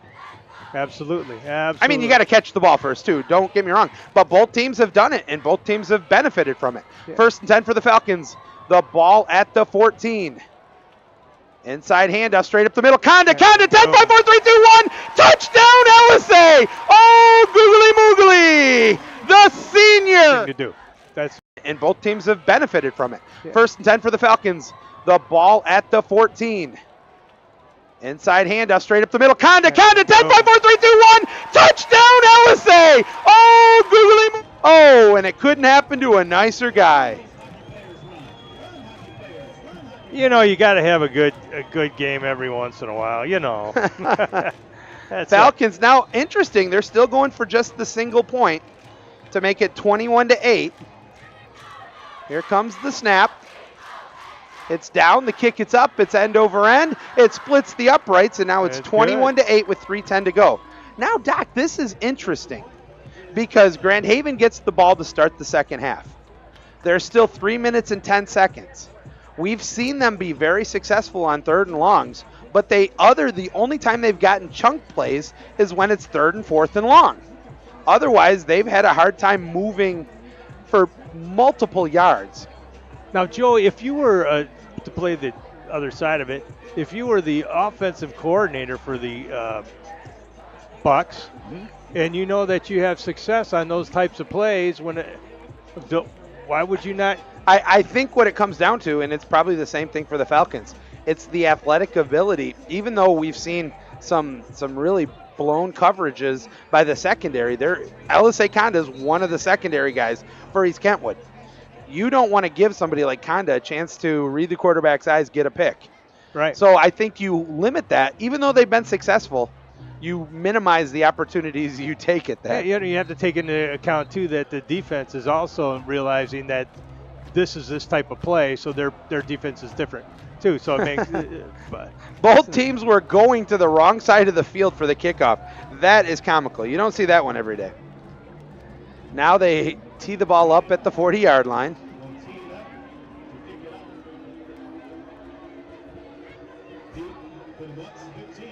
You know, Rodriguez, number 15 for the Bucks, he plays quarterback as well. He is. And so, you know, you have to watch him too because he's a kicker. He does, you know, who knows what they could be pulling out of there. Ryan Moore gets set to kick this one deep with 3:10 to go here in the first half. Oop, the Falcons just stay onside there. And it's going to take a Falcon bounce actually at the 10. Lot of red. He tries to cut inside, got by the first couple would-be tacklers, and forces his way up to the 20. That is a great finish there for the return man for the Bucks because it looked like he was dead to rights around the 10. He was able to get up to the 20, and that's a modest starting possession. That's not bad. You know, that's at Rodriguez. So he's he plays D too. He's an all-around good athlete as well. All right, so with 3:03 to go in the first half, the ball back at their own 20-yard line. Coach Bindenbender has a final few words for Luke Berry and his offense as they now return to the field. You know, the Bucks got a pretty good-sized line too, don't they? I'm impressed with their line today. I really have been. Rolls to the strong side. Late pressure comes, gets rid of it quickly. Pitch and catch at the 22 and maybe up to the 24, so a gain of 4. A glorified run play. We talked about that on first downs. Yep. He wasn't forcing it deep downfield. And I think that's a smart play call. Yep. I'll tell you, the defensive line has got to just get off the ball a little quicker when they see it's just going to be strictly pass. 2nd down and 6. Takes the snap, drops back, throws it over the middle, pitch and catch and stride. It's going to be a big play. Cuts inside over the 45 to about midfield. Oh, that was a nice crossing pattern. The defensive line has got to just get off the ball a little quicker when they see it's just going to be strictly pass. 2nd down and 6. Takes the snap, drops back, throws it over the middle, pitch and catch and stride. It's going to be a big play. Cuts inside over the 45 to about. All right, the Bucks break the huddle as we're nearing 2 minutes to go in the half, up to almost midfield. Drops back to pass, throws it, and what a hit! Well, put that one down. LSA Conda and a late flag. No. And that's the wrong official to call it when they're break the huddle as we're nearing 2 minutes to go in the half, up to almost midfield. Drops back to pass, throws it, and what a hit! Well, put that one down. LSA no business. He should honestly turn in his whistle and just go to his car and head home because he was getting involved in something that he has no business. Pick it up and wipe it off. Now they're talking to the referee because he's saying, I like my look better than his, even though I was 60 yards away from the play. If he was watching that play, he wasn't doing his job.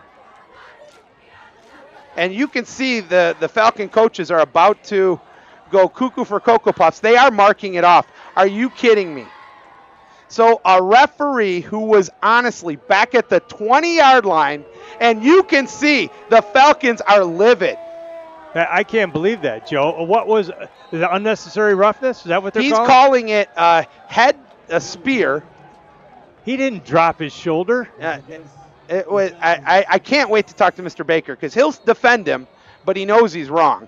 And we're going to have a quick commercial here, so that'll give us an opportunity to step out real quick. We'll be right back. Keep it here on MichiganSportsRadio.com. He's getting his money's worth.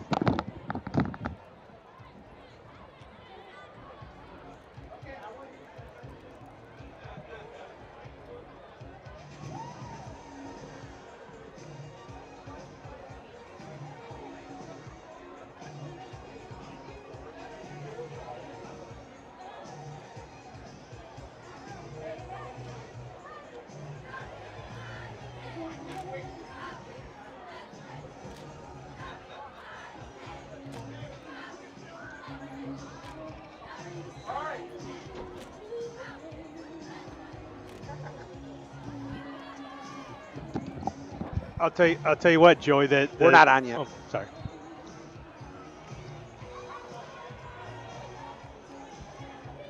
All right, sports fans, Joey Sutherland, Dr. Matt Hoffmeister back with you. Just got over from talking to Mr. Baker.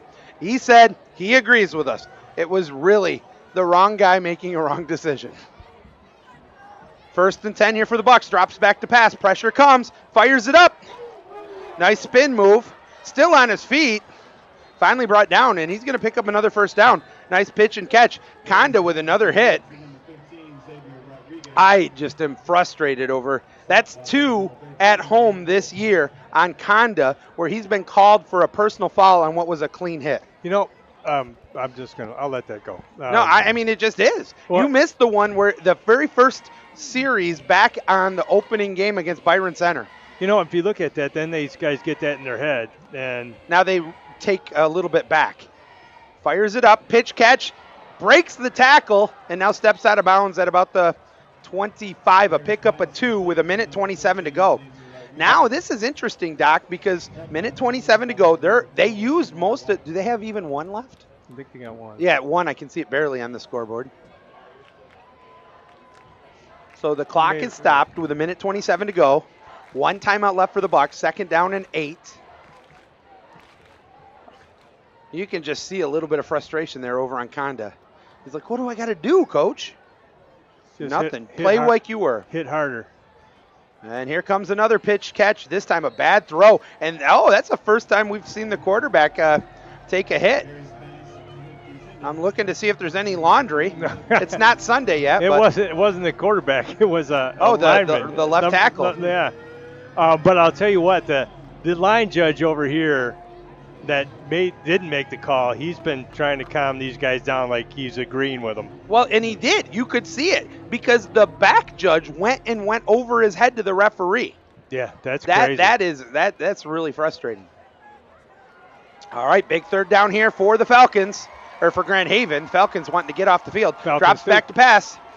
Throws it up deep over the middle. Pitch incomplete. Good defensive work. Who's going to get credit for that PI? Over his head to the referee. Yeah, that's crazy. That's really frustrating. All right, big 3rd down here for the Falcons, or for Grand Haven. Falcons wanting to get off the field. Drops back to pass. Throws it up deep over the middle. Pitch incomplete. Point conversion. But it looks like they're keeping the offense out there. Yeah. All right, they're breaking the huddle quickly. The play clock down to 17, game clock down to 1:18. It stopped on the incompletion.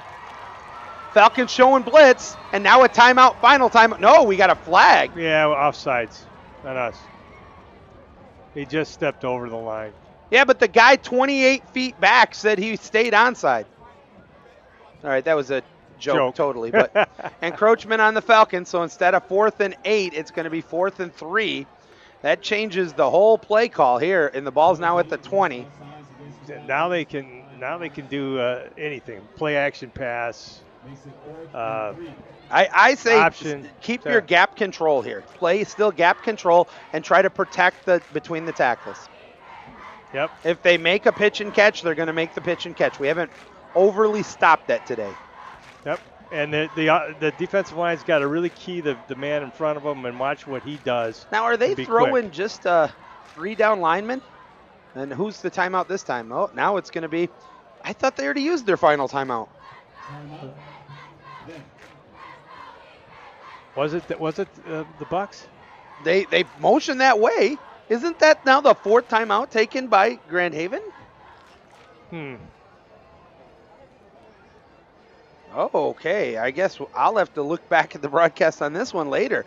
But unless the official motioned that one the wrong way, but he most definitely motioned towards Grand Haven, and boy, maybe we miscounted, Joe. Or was the one after the LSA personal foul called by the Falcons? It's a good point. It could have been. So maybe I'm wrong. It happens more often than I'd like to admit. Just ask my wife. Heck, let's ask Chase Joseph.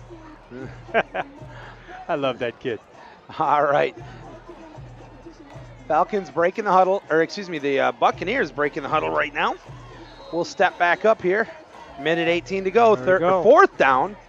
4th down. Falcons could get a stop here and maybe even make a run at some points. Some wideouts this side. Fakes the inside handoff. Pressure coming. Lot of pressure. Oh, good defense. No flag, and there should have been, folks. No. 1:18 to go. 4th down. 4th down, Falcons could get a stop here and maybe even make a run at some points. It's wide outs this side. Fakes the inside handoff. Pressure coming. Lot of pressure. Oh, good defense. No flag on the Grand Haven coach. And now it wasn't the head coach, it was the defensive coordinator. And now the head coach is pulling it back. They're going to mark off 15 yards. Oh, my goodness. It's already a loss on downs. The Falcons will have the ball. If they talk about this and change the call and nobody threw the flag during the play, minute 8. Flag on the Grand Haven coach. And now it wasn't the head coach, it was the defensive coordinator. And now, I was talking like what was it, that big thing in Texas, back in the early. They are calling pass interference on the Falcons. I can't believe this. Folks, as God is my witness, please rewind the video and watch. Not a single official threw a flag until the play was over. And where's the? I'll tell you what. This reminds me of my life. I don't even. They just got it in for them or what? How do you call a play after the play is dead? A flag. Is this Dallas Detroit in the playoffs back in 2016? Oh my goodness.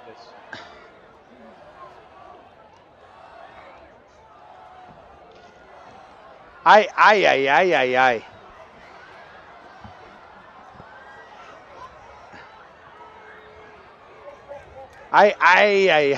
don't even know what to say, folks, because this isn't official bashing.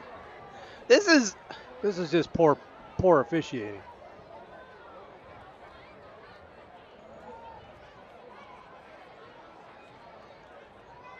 Now, I also thought in high school it was a spot foul on a pass interference if it was less than the 10 yards.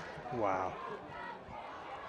Now they're adding in sportsmanlike, but why? If you're agreeing with him and you gave him the call. Why is it unsportsmanlike? The Falcons are saying it was tipped. So is it still 4th down or is it? First but down. It is 1st down. It's got to be 1st down. Oh my gosh. Well, that must have been a dead ball penalty. It was. It had to be a dead ball on the. But how do you call an unsportsmanlike if you didn't call the pass interference till after the play's over, and obviously you called it because of what the coach said, unless it was because of the defensive coordinator, not the head coach. I don't know. Either way, folks, enough bickering and worrying about it. Let's play. Let's play football. 1st and 10 for the Bucks. Minute 14 to go. Ball at the 25. Drops back to pass. Pressure coming. Fires it up. Got a man open. And let's wait. No flag yet. They could get back. And then it'll be thrown. Wait, just wait. Play. Let's play football. 1st and 10 for the Bucks. Minute 14 to go. Ball at the 25. Drops back to pass. Pressure coming. Fires it up. Got a man open. And let's wait. No flag yet. Play. Okay. Even with my friend. No. Hey, you haven't been here. I've had to do it by myself. And I have. Oh, my goodness. But right is right. 2nd and 10. Still at the 25. Out of the shotgun once again. We're down to a minute 8 to go. Look, and drops back. Late snap. Has time. Slings it over. Good open field tackle after a gain of about 1.5 yards. It's going to be, wow, they gave him a great spot at the 22.5. Clock is winding under 50 seconds now before the snap comes off. 3rd down. 45 seconds to go here. Plays coming in. The wide receiver looks like he's lined up off sides. Drops back to pass. Pressure coming. Fires it his way. Good coverage by Conda. Out of bounds. Caught, but out of bounds. So now it's going to be 4th down once again, but we're down to 32 seconds. If nothing else, 45 seconds to go here. Plays coming in. The wide receiver looks like he's lined up off sides. Drops back to pass. Pressure coming. Fires it his way. Good coverage by Conda. And all of our decisions or thoughts or or beliefs on officiating snafus, this is actually where Grand Haven has been their most dangerous. 4th down and long. All right, Malik Baker warning the crowd to get loud. There's the snap, drops back to pass, pressure coming, fires it, has a man wide open, but it's intercepted in the end zone. Oh, Perfect. baby. That's perfect. 4th down and long. All right, Malik Baker warning the crowd to get loud. There's the snap, drops back to pass, pressure coming, fires it, has a man wide open, but it's intercepted with 26 seconds to go. Great job there by the Falcons defense. That is a stop on downs or an interception either way. Good job there by the Falcons defense of not giving Grand Haven the points. Remember, the Buccaneers will get the ball to start the second half. All right, Falcons breaking the huddle, play clock down to 24 seconds. Now the scoreboard shows the Falcons out of timeouts, but I think they have one left, even with that one called. But they're actually just going to take a knee. And, yep, they're ready to hit the locker room. So taking the knee is Joppy, and that's going to do it for the half. A crazy finish to the first half. Our score at the first half, 21-8. Not worrying about the point after, Doc. So tell us real quickly how the two teams scored here in the first half. Well, the first half was for the East Kentwood Falcons was all Mr. Kanda. LSA Kanda for sure. He, he had 2 6-yard runs for TD. He had another 14-yard run for TD. But the biggest one in that first whole setup, his first touchdown, he had a 60-yard run that set that up for him. And he's been all their offense. Now, as far as the Buccaneers, their guy Cole Robinson, he had a 4-yard run with about 9 minutes and 51 seconds to go in the second quarter for their lone score. They went for 2 because of a offside play, or we got they went for 2 and got 2, and he also got the extra point. So Cole Robinson is he's the guy who's responsible for their 8 points. 14-8. The score doesn't really reflect how tight this game is. You think, it's 14-8, but they were right down here at the end. All right, thanks a lot, Doc, for that scoring recap. That'll end our first half here. Again, the score: Falcons on homecoming night on top, 21-8. We're gonna send you through for our next set of commercials, and we'll be back and have our keys for the second half when we return. You're watching today's coverage of MichiganSportsRadio.com. We will be right back.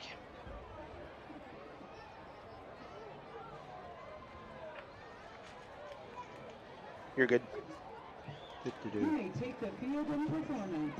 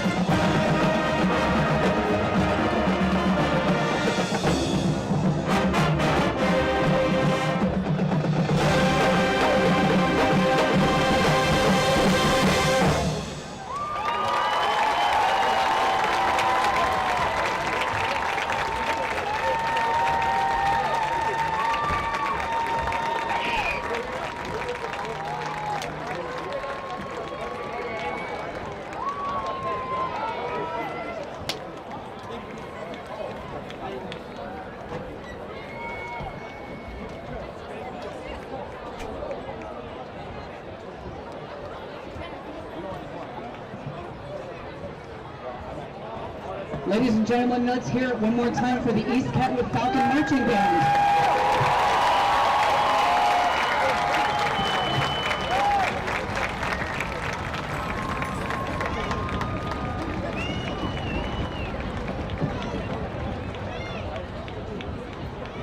This week, the Falcon students and staff enjoyed a wonderful homecoming week, and we are excited to announce East Kentwood High School's 2023 homecoming court. Please turn your attention to the track as we will introduce our court, beginning with our Falcon freshmen representing the class of 2027.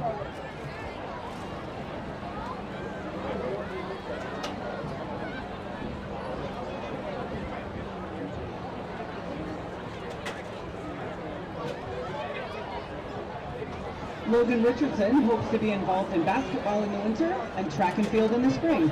Logan is currently in the marching band. Sam Smingy is a member of the freshman football team and will run track in the spring. Next, we'll meet our sophomores representing the class of 2026. Savannah Nichols is a member of the varsity cheer team and the track and field team. James Sherrills is a member of the track and field team.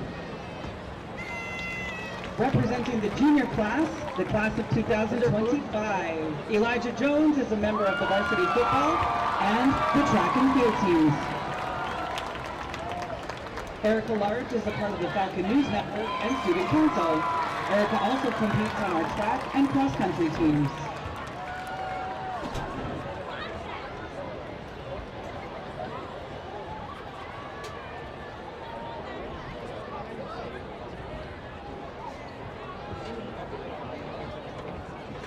Please turn your attention to the 50-yard line as we introduce the class of 2024 court members.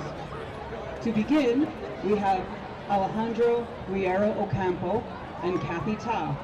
Alejandro loves cheering on his peers and supporting them in any way that he can. His favorite teacher is Mr. Griezmann because he likes how he teaches and enjoys world history. Alejandro plans to go to college and study business. Kathy is the president of the National Honor Society, vice president of the Asian Student Union, and vice president of VIP. She's also a member of Falcon Leadership, Student Council, and the Falcon Ambassador Program. Kathy's favorite teacher is Miss Japanik because she has the sweetest soul and genuinely takes time to help students make sure they succeed. Kathy plans to attend a four-year university to become an orthodontist. Michael Zua and Olivia Liepart. Michael is a member of the varsity football team. His favorite teacher is Mr. Martins because Mr. Martins pushes him to be the best at all the sports and life in order to get him ready for the real world. Michael looks forward to continuing his football and academic careers at the next level next year. Olivia is a member of the varsity dance team. Her favorite teacher is Mrs. Stephanie because she made class fun and loved each one of her students. Olivia would like to be on the dance team and study occupational therapy when she finishes high school. Isaiah Williams and Tawi Wen. Isaiah is a member of the varsity soccer team and part of the orchestra. His favorite teacher is Mr. Van Houten because he teaches biology in a very captivating way. Isaiah aspires to play soccer in college and study pre-med. Dee Wynn is a member of the swim and dive and water polo teams. She is on the student council and part of the yearbook and is also a senior class officer. Her favorite teacher is Mr. Lane because he never fails to make her laugh. Dee plans to study business at either the University of Michigan or Michigan State University.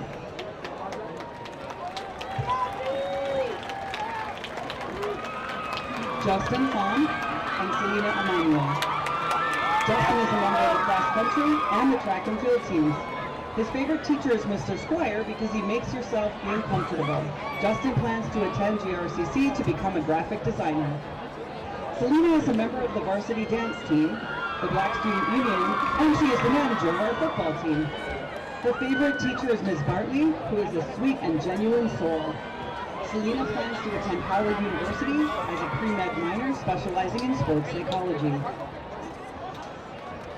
Rebel Abeba and Jaisa Sepulveda. Rebel is a member of the marching band, the jazz band, and also plays water polo at EK. His favorite teacher is Mr. Dembinski for driving his motivation to pursue music.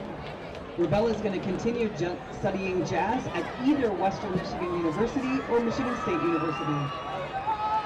Jaisa is the executive director of the Falcon News Network and sings in women's ensemble. Her favorite teacher is Mrs. Hooksema because she always makes a show when she teaches and makes the class fun. Next year, Jaisa plans to attend a four-year university and start her traveling journeys. Let's share a big Falcon round of applause for our 2023 homecoming chorus. Let's also welcome back last year's King and Queen, Joshua Hurt and Zaya McCall.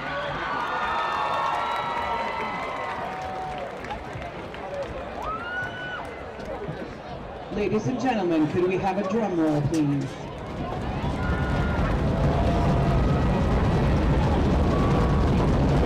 Your East Kentwood Homecoming King for 2023 is Mr. Michael Zua.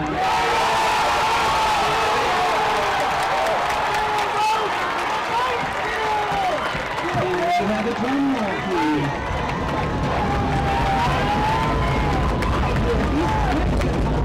Queen for 2023 is Ms. B. Wynn.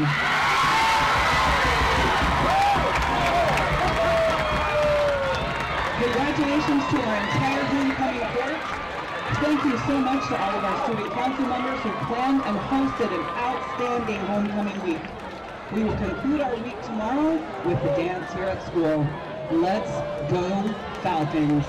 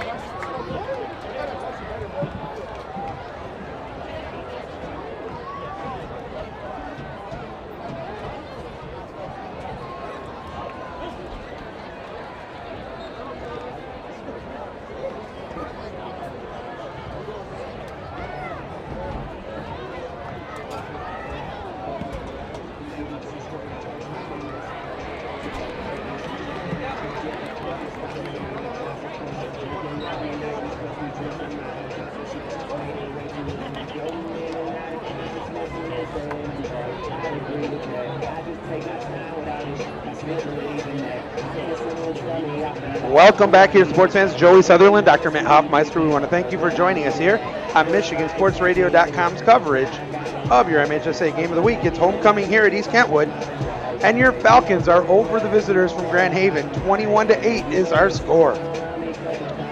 We want to remind everybody that the third quarter is brought to you by Michigan Hearing Experts. The doctors of audiology use real ear measurements to optimize your hearing aid performances so you don't miss a play. And your Falcons are over the visitors from Grand Haven. 21-8 is our score. We want to remind everybody that the third quarter is brought to you by Michigan Hearing Experts. Was brought to you. We might have been off the doctors of audiology bring it up. The second quarter was brought to you by the Michigan ENTs and allergy specialists. Their physicians specialize in allergy treatments, helping you find relief and getting back into the game. Okay, bringing back in my tag team partner, and it is so nice to have Dr. Mitt Hoffmeister back with me here today. Doc, the halftime festivals are over, and yes, I was a pretty happy camper when Tao V. Win was named Homecoming Queen. And just a little aquatics director bragging point, that is my 4th lifeguard staff member that has been Homecoming Queen and a swimmer in the last 10 years. That is crazy to me that I've had 4. That's incredible, Joey. And I mean, what a beautiful gal too. And how about the big guy? Yeah, we had a football Tua. player, and that you always like to see that when a football player is named the homecoming king. But when you get a lineman named it, man, that's what I'm saying. And yeah, he's a big man, and he's tough to move. Yeah, so it was nice to see. I'm happy to see that too, and we're happy with the play of the Falcons.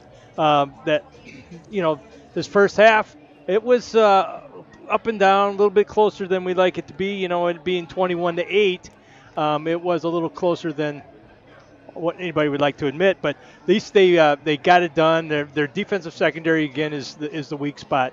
Although they did come up big at the end of the half. At the end of yeah, exactly. That's the only otherwise, you can't. There's not too much you can fault with them because their offensive lines control the line. Their defensive line's done a great job controlling that line. Like I said, secondary play, it makes it tough. But again, it's the type of play that they're running. So 10 seconds, Doc. Tell me what Grand Haven has to do in the second half to win this game. They got to run the ball. And giving it to Cole Robinson, I think, is the best way. They got away from that, went into the passing a little bit more. So if they go back to Cole, and then I think that'll open up their passing game. And for the Falcons, is it anything more than the secondary coming up big? That's secondary coming up big, and then, let Conda go crazy. Both sides of the ball. He's incredible. He's incredible. All right. Well, once again, want to remind everybody that the Family Fare Tailgate Special is fresh, all-natural, boneless beef chuck roast for only $2.47 a pound. You can visit shopfamilyfare.com for all their specials. Can you believe at $2.47 a pound for chuck? Well, hell, heck, I've spent $4 a pound lately. Yeah, at least. Man, I'm going to have to run over there. Yeah, my goodness. Well, I want to send a shout out to Stephen Mead, one of my favorite EMTs, who's unable to be here at the game, but he's able to enjoy us. And I'm not sure if he's on Michigan Sports Radio or if he's listening through the EK network. But either way, Stephen, thank you for joining us, and we certainly appreciate it. EMT, huh? Nice. EMT. My son Ben is an EMT. And he's just got hired at Michigan West. Really? Yeah. While he's preparing for the LSAT, and he's going to go to law school. No. We'll leave it at that. And another former outstanding water polo player from Rockford. Yeah, both my boys. They played pretty good. Yeah, they were two of the best twins, other than maybe the Psalms. Those the Hoffmeister and the Psalms. They were good friends. And Alex is now working for me at the Aquatic Center. Is he? Oh, that's great. They were a kid. great family. Oh, yeah, absolutely. All right, Grand Haven getting set to receive the kick here to start the second half. 12 minutes on the clock. 21-8 is our score. East Kentwood with the kickoff. Oh, that's a big boat. Booming kick, end over end. It's going to be caught about the 4. Up to the 10, 15, 20. Cuts inside, still on his feet. Brought down hard about the 23. And right there is where Luke Berry and the Buccaneers will get the ball to start the second half. And that was Case Robinson on the return there. He's got good wheels. He's a pretty good sized guy. I miss that. You don't see all the false numbers that you used to see. We played 6'8" and 298. When he's really 5'9" and 140 pounds. Yeah, exactly. Yeah, that's those days. All right. Except in my case, they always made me lighter than I The Buccaneers are in the light jerseys. They're going right to left on your dial right now. Out of the shotgun. Handoff, tries to cut around the end, cuts inside. Good penetration by the Falcons. Nice. And down goes Tyson. That's going to be a loss of about 1.5 yards, maybe 2 on the play. Good pursuit by the Falcons D. Again, that was Cole Robinson, and he, like I said, he's a guy I think he needs to do most of the work for him. But yeah, they obviously figured that out at halftime too, so they're keying on him. And they marked that all the way back to the 19, so a loss of 4 on the play. I didn't think he lost that much, to be honest with you. Out of the pistol right now is Barry. Tried to get the Falcons to jump, gets the ball, drops back to pass, cut Pat over the middle. What a catch there before he gets Malachi crunched at about the 29. But a perfectly passed seam route to number 8, Alex Dixon. Dixon knew he was going to pay the price for catching it, but to his credit, held on to that pass, and now it's going to be a very manageable 3rd and 5. And that was a good hit because he's going out. He's coming off. Well, yeah, I'm confused. I don't know if he was trying to get off or if one of the coaches was telling him to come off because of the hit. No, he was tapping his helmet the whole time. So. Yeah, the trainers are looking at him right away as they break the huddle. Coming in late is number 22, Chase Robinson. He's had a great game himself. Yep, the play clock is down to 6 seconds. They're going to have to hurry here. They're going to call timeout. Or are they going to use their first timeout here? And if I'm the coaching right now for Grand Haven, I'm asking for an injury timeout without having to call the timeout. Absolutely. Because he obviously got his bell rung. And folks, for as much as I criticize the officials, I have never wavered in my one belief as a person, as a coach, as an athletic administrator. The safety of the kids, whether it's your team, the other team, or any team you know nothing about, has got to be the number one priority. I think, too, Joey, anytime we've seen some of that stuff, it's always been, they're not blowing the whistle fast enough or whatever it is. It's always been that way because we're concerned about the safety because we've been on that side of the ball and with both kids as coaches, too. Well, yeah, and Doc, and you and I both having, we're having an issue right now with now it's fixed, with the camera. Did you guys get that glitch with the camera? Okay, good. It wasn't just me. There was a glitch right there with our huddle camera, but now it's all right. So big 3rd down, rolls to the strong side, has room, he can run, throws it, and it's incomplete. Great coverage there. Boy, why he didn't tuck it in and run. Well, and how about the block in the back and push? That I didn't see, honestly, Doc. I just saw a good roll to the strong side of the field. He was unable to convert it. Now it's 4th and 6 from the 29. They're leaving the offense on. Now, I agreed with the decision to go for it in the second quarter at about midfield. Now, I will tell you this. You got number 15 is their kicker. And now the Falcons want a timeout and they're now happy. 15 is the kicker, and he's lining up in the pooch position. And he's a quarterback. But they were showing like they were going for it. Yeah. And so I think that's kind of and this is weird because I honestly can say I kind of remember a few Big Ten teams and MAC teams trying this in the early 2000s. It was a kick play option. You could either kick it or you could actually take a shot at an offensive play.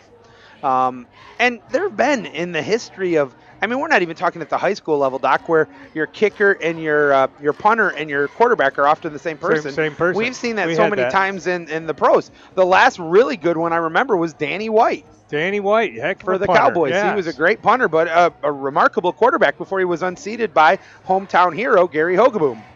Yeah, well, wait. Off the air on that one? No, what's that story of with the Bears? Oh, yeah. There's and it is a pooch punt, and he got a lot on that one. It's caught at the 34, cuts inside, a little bit of a seam, over the 40, 45, midfield, brought down hard. Glad the ball didn't come out. He's about a half a yard short of midfield, but great starting position. 13. Number 10 made that tackle. We'll have to remember Spanis for the big hit of the game. That was a big one. Yeah, Gabe Wolf was the guy who carried that ball. He's the like junior. Hold on to that, yeah. Yep. All right, so the Falcons breaking the huddle. They're up by 13 on top 21-8. They would love to get points to set the tone here in the third quarter. Looking for win number 2 of the 2023 season. It's like an offset eye out of the shotgun. And it's going to be the second man through, cuts around the corner. Big opening, still on his feet. Conda gets cartwheeled over, injured a player. I mean, if you've ever seen LSA Conda in live and in living color, he has got calves like you can't imagine. He's got calves bigger than most people's waists, and they're nothing but muscles. Yeah, I remember one other guy that was like that. Conda with another play, nothing but a little counter tray there, Doc, and he gets inside the 40 to the 38 to pick up a 3 and a first down. Who was the pool guy at Rockford? The guy who took care of the pool. Are you talking Henry? Or not Henry. I know who you're talking about. Collins. Harold Collins. Yeah, Harold. He had huge calves. First, God rest his soul. Yes, he was a great guy. I miss him. Out of the shotgun. Falcons continuing. This time they try to go around the left end. A little bit of a hole, cuts inside. Small, slim hole, and he's able to fight forward. Doc, when you're getting that push and that little bit of a gap and picking up 5 yards on the play, I think Coach Kimbrough will take that all day and twice on Friday night. You bet. You know, you keep driving it. You keep riding that horse because it's getting you where you want to go. Falcons continue to they're moving quickly, except for that first play off of each series. They're doing a good job keeping the tempo up with a predominantly running offense right now. Changing up the plays, down to 8 seconds on the play clock. Drops back to pass. This looks like a miscommunication. Now he's going to try to throw it, and he really just threw it away because I think that was supposed to be an inside handoff all along to number 14, Emmons. I do too. And he didn't know what was going on. He was. What do you mean, give it to me? No. Do you see all those big white jerseys coming at me weighing 300 pounds? I don't want it. Yeah, and he looks like he's about a freshman in size. But So now it's a third down and a long 5 coming up for East Kentwood with the ball at the 34-yard line. They got to get it just inside the 29 for a first down. I'd be looking to Holt on this one. Number 7, is that the name, Holt? I wouldn't be surprised if we have not seen a Joppy quarterback draw yet. And if those linebackers pull out, although right now they got like 7 in the box. Yep. And they jumped off sides. Did they call it? They did. Great job there getting them to draw offside. The left defensive end was a little bit early. So instead of 3rd and a long 5, now it's 3rd and a short 1. And now you got Mr. Baker telling him to get loud, but I'm pretty sure that Joppy and Coach Kimbrough are saying, no, we don't want to be loud right now. We want quiet. We want to be able to hear the signals in the call here. They're going to go with the traditional I formation like they scored the second touchdown. Got a little dive coming, right? He only needs a half a yard. Second man through, counter lead. One up in the middle, 10, 5, 4, 3, 2, 1, a touchdown. LSA Conda with another 29-yard touchdown run. That is his 4th touchdown of the day. And the super senior is having a career day. Oh, my goodness. He is unconscious with emotion. Wow. What a run. And I love that. That is old school running. You had a lead fullback on the block. He picks up the middle linebacker, and if you get that first cut quick, you're gone, and he was. He cut right off that block. It was beautiful. Point after set on its way up and good, and with 8:23 to go in the third quarter on homecoming night, the Falcons right now have got to keep themselves in check because they are now up by 28-8. When Grand Haven will get the ball back. And boy, Doc, to steal a line out of you, that is just what the doctor ordered. Yeah, absolutely. As the Falcons defense gets the stop, the offense marches it down with a great grinding out, running, methodical drive, punches it in on a 29-yard run from LSA Conda. Yeah. Would it be anybody else though? He's a great north and south guy. He squares those shoulders. He's a lot to bring down. Well, and the funny thing is with with Elijah Wolf is he's actually having a pretty, or I beg your pardon, Elijah Jones is having a pretty good game himself. Absolutely. Absolutely. His is the darting. He's a darter. He's sideways through the line, but and when You know, let's Kinda quickly goes. touch on just for a half a second on the pro game. Where is this logic that running backs aren't as important as they were 10, 15, 20, 30, 40, 50 years ago? I think some of that's propaganda because they want more money. You know, say they're more important because they don't think they're getting paid what they're worth. But I do think it's the same thing because everything's always gone. Now we've gone to since Eric Coryell, right? So Well, and I think it's more running back by committee. You're not going to have the Barry Sanders or the more Thurman Thomas, Emmett Smith, Gale Sayers. I want Jim Brown back, but that onside kick is attempted. But they're offsides, and they're going to have to re-kick it or just leave it right there. I'd take it right there, baby. False start. They'll move it back. And a good job. They didn't have the hands team in, but number 14, Corey Preston, was able to quickly snag that one. And honestly, they can accept it. No, they can't. They have to re-kick it, I guess. Is that right? I don't like that. Well, they did make it a dead ball. They didn't let the play go. So in that aspect, I guess they him do. catching it never really happened. I see what you're saying. I get it. But I don't know why you don't play that out like every other kick. Then there's a penalty and give the kicking team or the receiving team the option. Maybe Grand Haven would have loved to take it at the 50. Yeah, maybe it's the injury thing. You know, maybe they want to. All right, teeing it up once again is number 1, Ryan Moore. Waits for the whistle, gets it. And now he booms it end over end. Got a lot of it, but it's going to be caught at the 14, over the 20. 25-30, still on his feet, cuts to the sideline. 40, inside, 45, but they say he stepped out of bounds way back where. Good finish, though. Great run. That's Cole Robinson. Chase Robinson. Chase, I'm sorry. I keep saying Cole. Yeah. Chase. Sorry, Mrs. Robinson. Here's to you. Yeah. All right. They're going to mark him out of bounds at the 38 or the 39. The line judge has it at the 39. The referee or the umpire is putting it at the 38. Now I don't really care where it's at. That's my ringtone, by the way. All right. The last few minutes of conversation between the coaching staff and the offense for the Buccaneers is now they make their way back out on the field. The ball will be on the right hash mark, going right to left on your dial. Having a good game is Luke Berry, but he's going to have to make a few more plays if his team wants a shot at winning this game. We're down to 7:52 to go in the third. 28-8, Falcons on top. Out of the shotgun and a false start. Or they can get it off in time. Dead ball.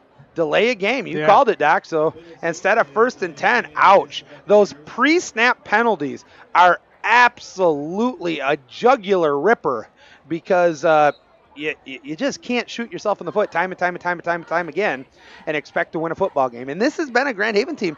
Doc, I believe the score should be a little closer than it is. Me too. It seems like a lot closer game than. Fakes the inside handoff, quick hitter. Oh, there's a flag for a holding and probably a personal foul roughing the quarterback. We're going to see both of them on that one.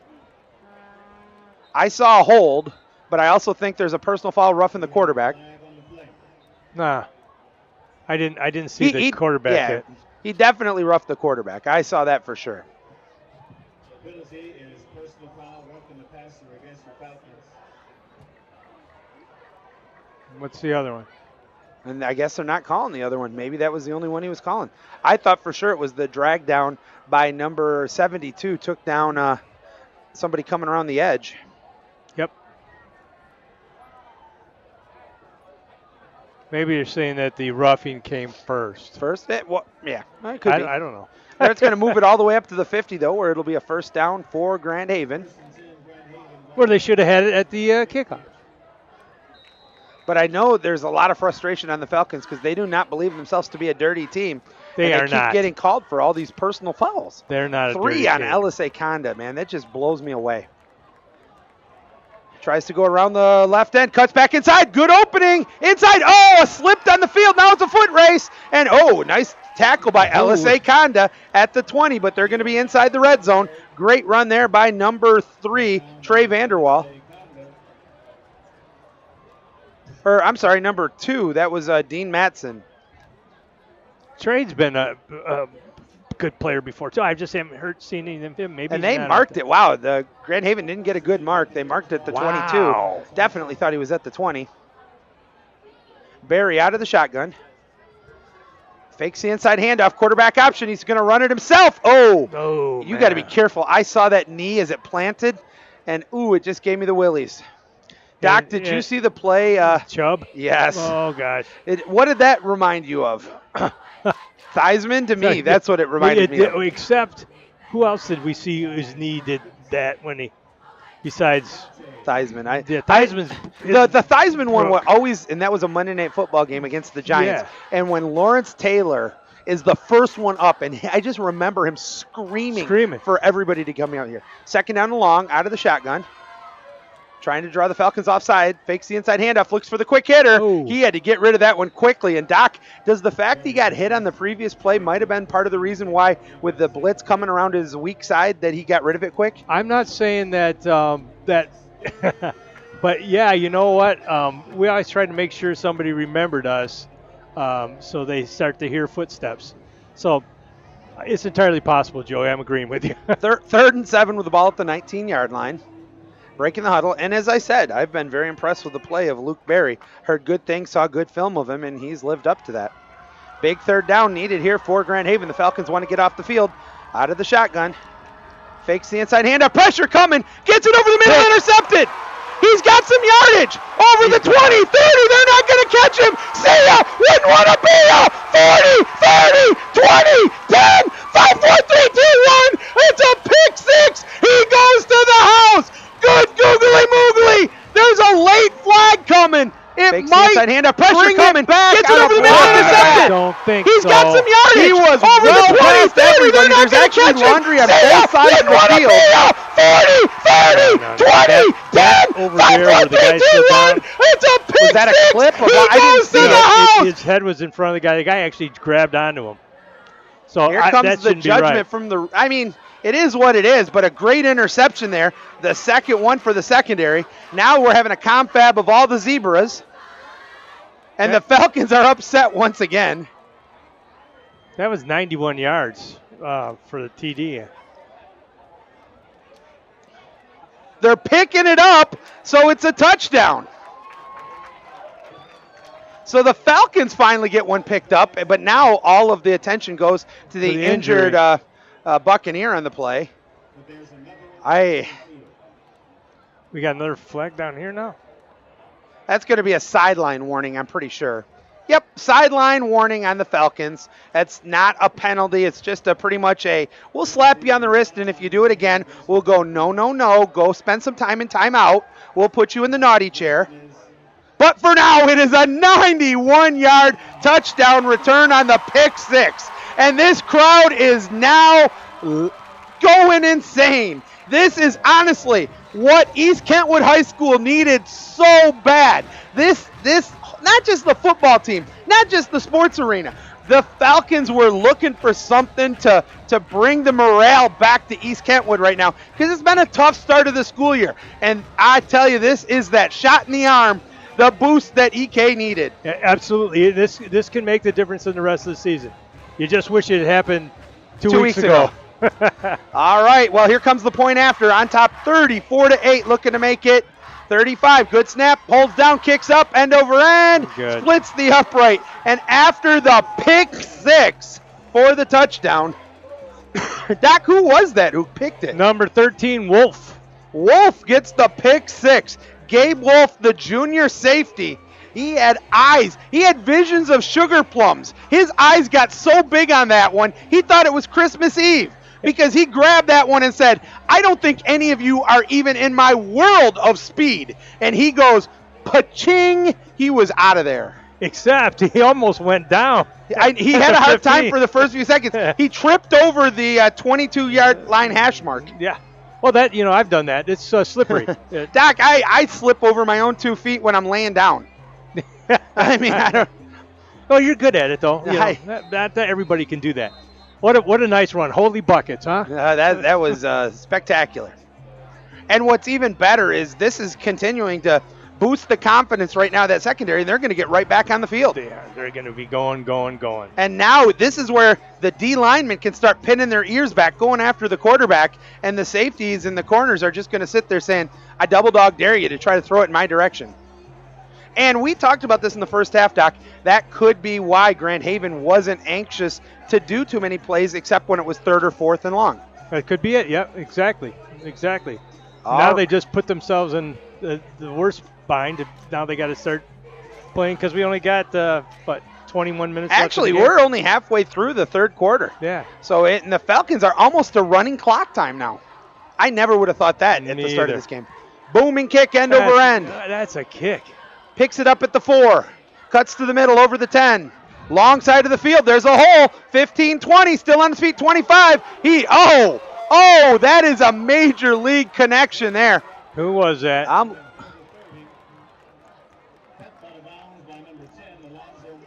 Okay, it was number 10, Alonzo Moore, the senior safety. Yeah. Absolutely knocked the stuffing out of him. That's in the running right there, even though that's again, that was Rodriguez with the return to his sideline.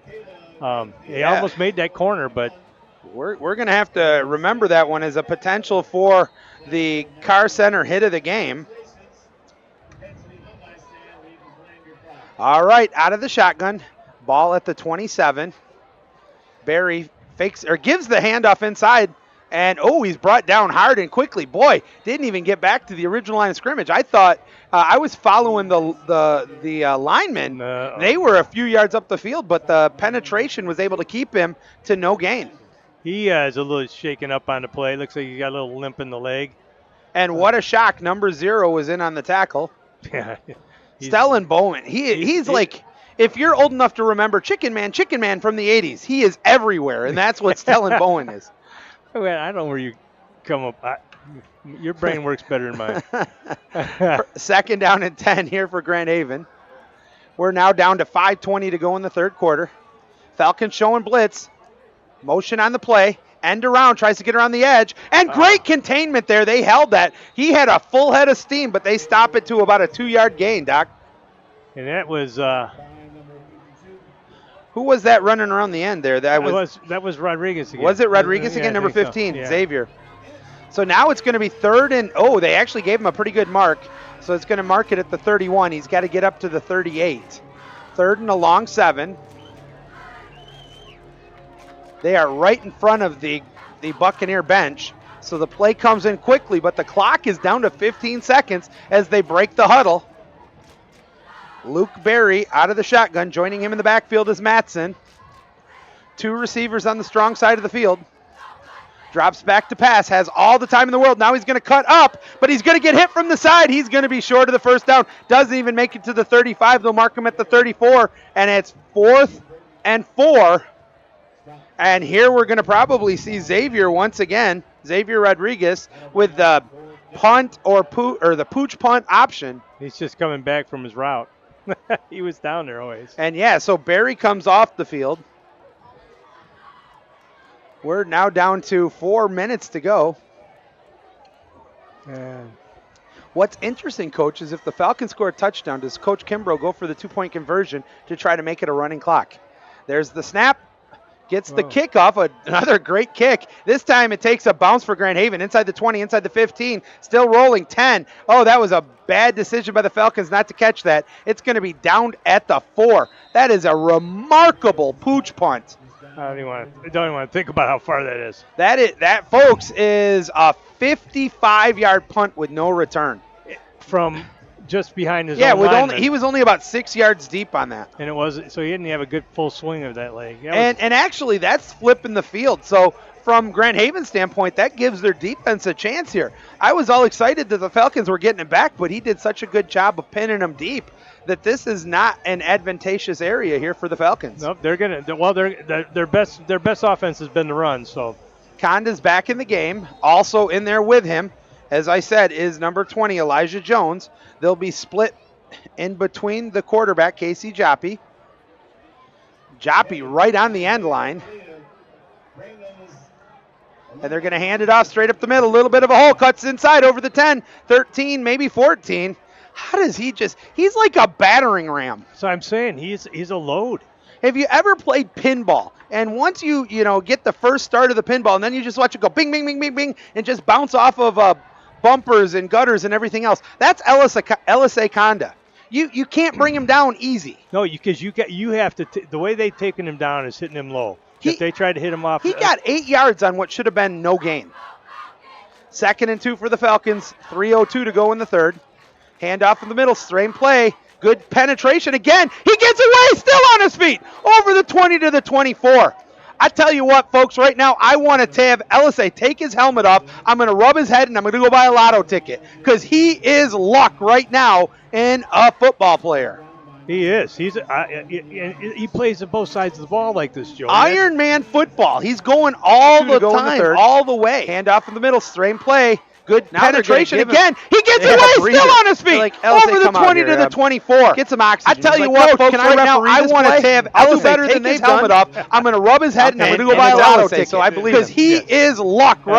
Where's the oxygen, coach? And he did oxygen. 1st and 10 for the Falcons. Ball at the 24. Under center this time is Joppy. Single back set. Extra tight end. Little counter trade, tries to get around the left end. Big hole over the 30, 35, 40. He's got the first down near midfield. Oh, brought down hard. Let's see where they mark him out at the 48. Nice run there from Jones. Man, he's got some wheels too, doesn't he? That was that 26 yards? Wasn't that at the 24? Yeah. And they gave him a little bit better spot than I thought. Oh, no, they're marking at the 48 on the Falcon side. But still. That's 22, 23-yard gain. When he had to make that corner. It wasn't I'm going to have to see Mr. Cash to see how many yards the Falcons runners have. They got to be coming close to 300 yards rushing the ball today. Oh, yeah. And I'll bet, although he hasn't really had a lot of big plays, but I'll bet he's still close to 200 yards. Straight up the middle, big run. That's him. Oh, hog-tailed down, but not before he picks up 6 yards. And right now, we talked about, Doc, in the pregame show, it's going to be who wins the battle of the trenches. It always comes down to our offensive line versus your defensive line, and your defensive line versus our offensive line. And I think the Falcons are winning both ways. I do. I do. You just watch the surge. Are they losing ground or are they gaining ground? And both sides of the ball, they're pushing the Bucks back. Under center once again, I formation, blocking back up front, tries to cut, did a little too much dancing, still somehow able to get 2.5 yards. It's going to be 3rd and a long one. Awesome. Honestly, I think that's one of the cases when you have that lead blocker out of the fullback, you can't dance around. You follow him and then dance around. Yeah, having been in that position both sides, it's tough when you're trying to find that hole and there's just nothing there. That's kind of like going into the fridge right now up here in the press box looking for water. You look, you keep looking, it's still not there. No matter how many times I go back, it's not there. I'm good, Doc. I'm just teasing. All right, having some technical difficulties with the huddle camera once again. Oh, now it's back. Thank you. 3rd down and 1 out of the pistol-ish. It's going to be second man through. Does not. No. Great penetration. Oh, but then there was a second hit. Or 7 just fell on him. That's going to be a loss of 2 on the play. That's the first time today Conda did not make it to the original line of scrimmage. 4th down and 4. Let's see if the Falcons are going to go for it here. There's going to be about a 3-second differential between the shot clock, the game clock, and the play clock. So if they let it go and runs out, it's going to still have 4 seconds in the 3rd quarter. Looks like they're going to keep the offense out here. Well, why not go for it? I mean, if you punt, I might still though run a running play. All right, they're down to 3 on the play clock. Blitz coming, and now they call a timeout. Nope, just take the delay of game, and I assume that means they're going to punt it now with 3 seconds and a delay of game. On that one, Joppy looked very confused. I mean, they didn't try to draw him off sides. They actually never really. I don't think he liked the play. I think that's what it is. He's like, okay, it wasn't what he wanted to do, and he didn't understand it.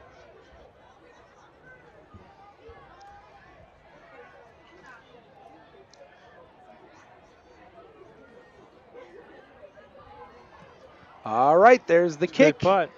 It takes a Falcon bounce inside the, no, well, maybe, inside the 20, and it's going to be down to about the 16.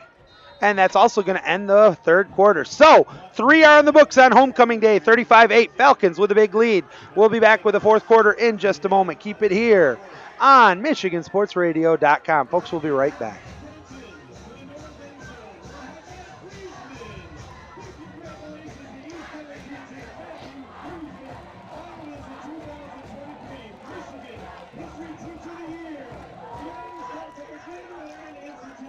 The nation's leading organization dedicated to K-12 history education. Mr. Friesman is known. Number 10. Okay, so I need one more, number 11. I have one. We're right on. We're doing good. Right on the beat. Shouts, debates, and laughter coming from his classroom where scholars find joy and success. Thank you, Matt, for all of your hard work. And let's give him a big round of applause.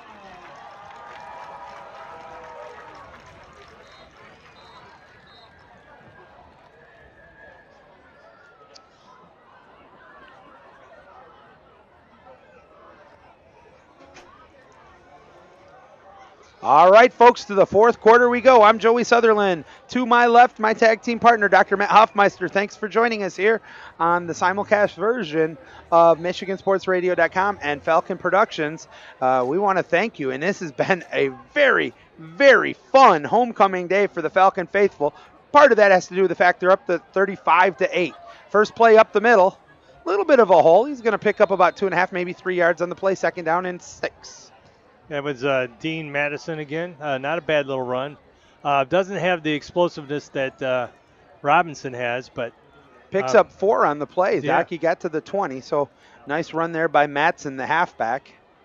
I like that they still call him a halfback, not just a fullback, but the halfback. Yeah, exactly. Like we used to. Like the Halfback, good old wingback, days. Yep. Or the crackback, if you really want to go. Yeah, that's what it was. Handoff up the middle, a little bit of a hole, but the Falcons close it quickly. He falls forward for a yard, and now it's going to be 3rd and 5. Boy, that front 4 for the Falcons has been really well today. Done really well. Really well. Really well. All right, can the Falcons defense get off the field once again?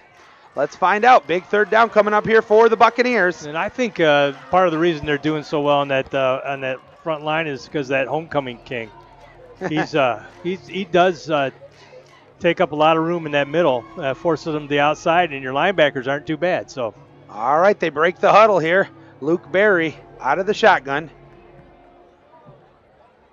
Bring in an extra tight end. They're going to run up the middle with it. Little bit of a hole. He falls forward. Let's see where they mark him. I think he's about a yard short of the first down at the 25. I agree with you. Now, I think you have to go for it here, even though.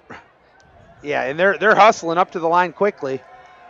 Now I bring in the linebackers all the way down to the line. Don't give them the push.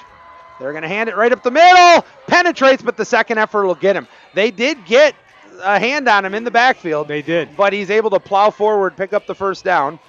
The stunt that we had took him a little bit away from the hole, and the back was slower off the ball than I expected, and that gave him the chance to read.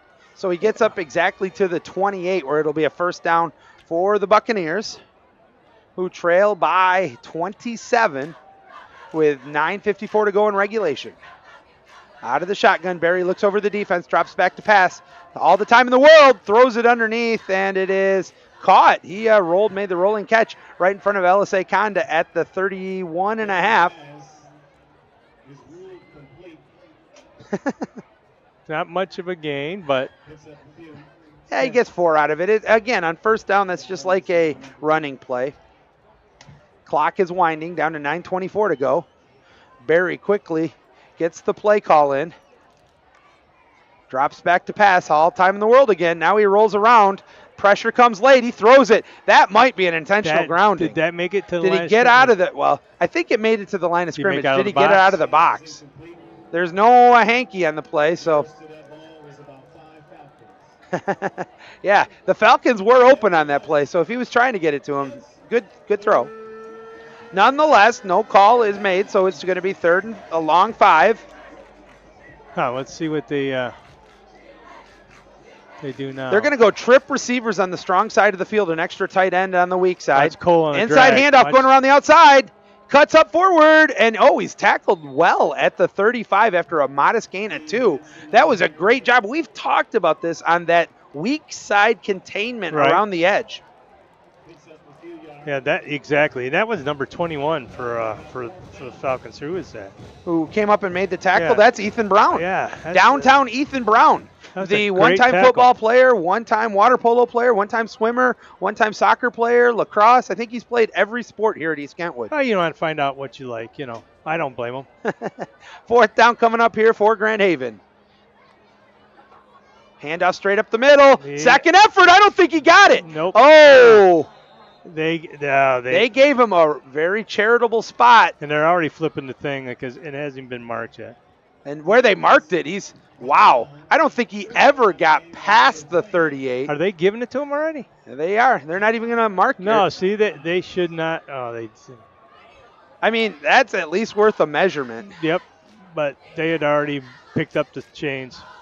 Okay, well, kudos then to they got better eyes Mattson. than we. They got better eyes than we do. Mattson picks up the 4 on 4th down to get the first. Clock continues to wind. We're down to 8 minutes to go.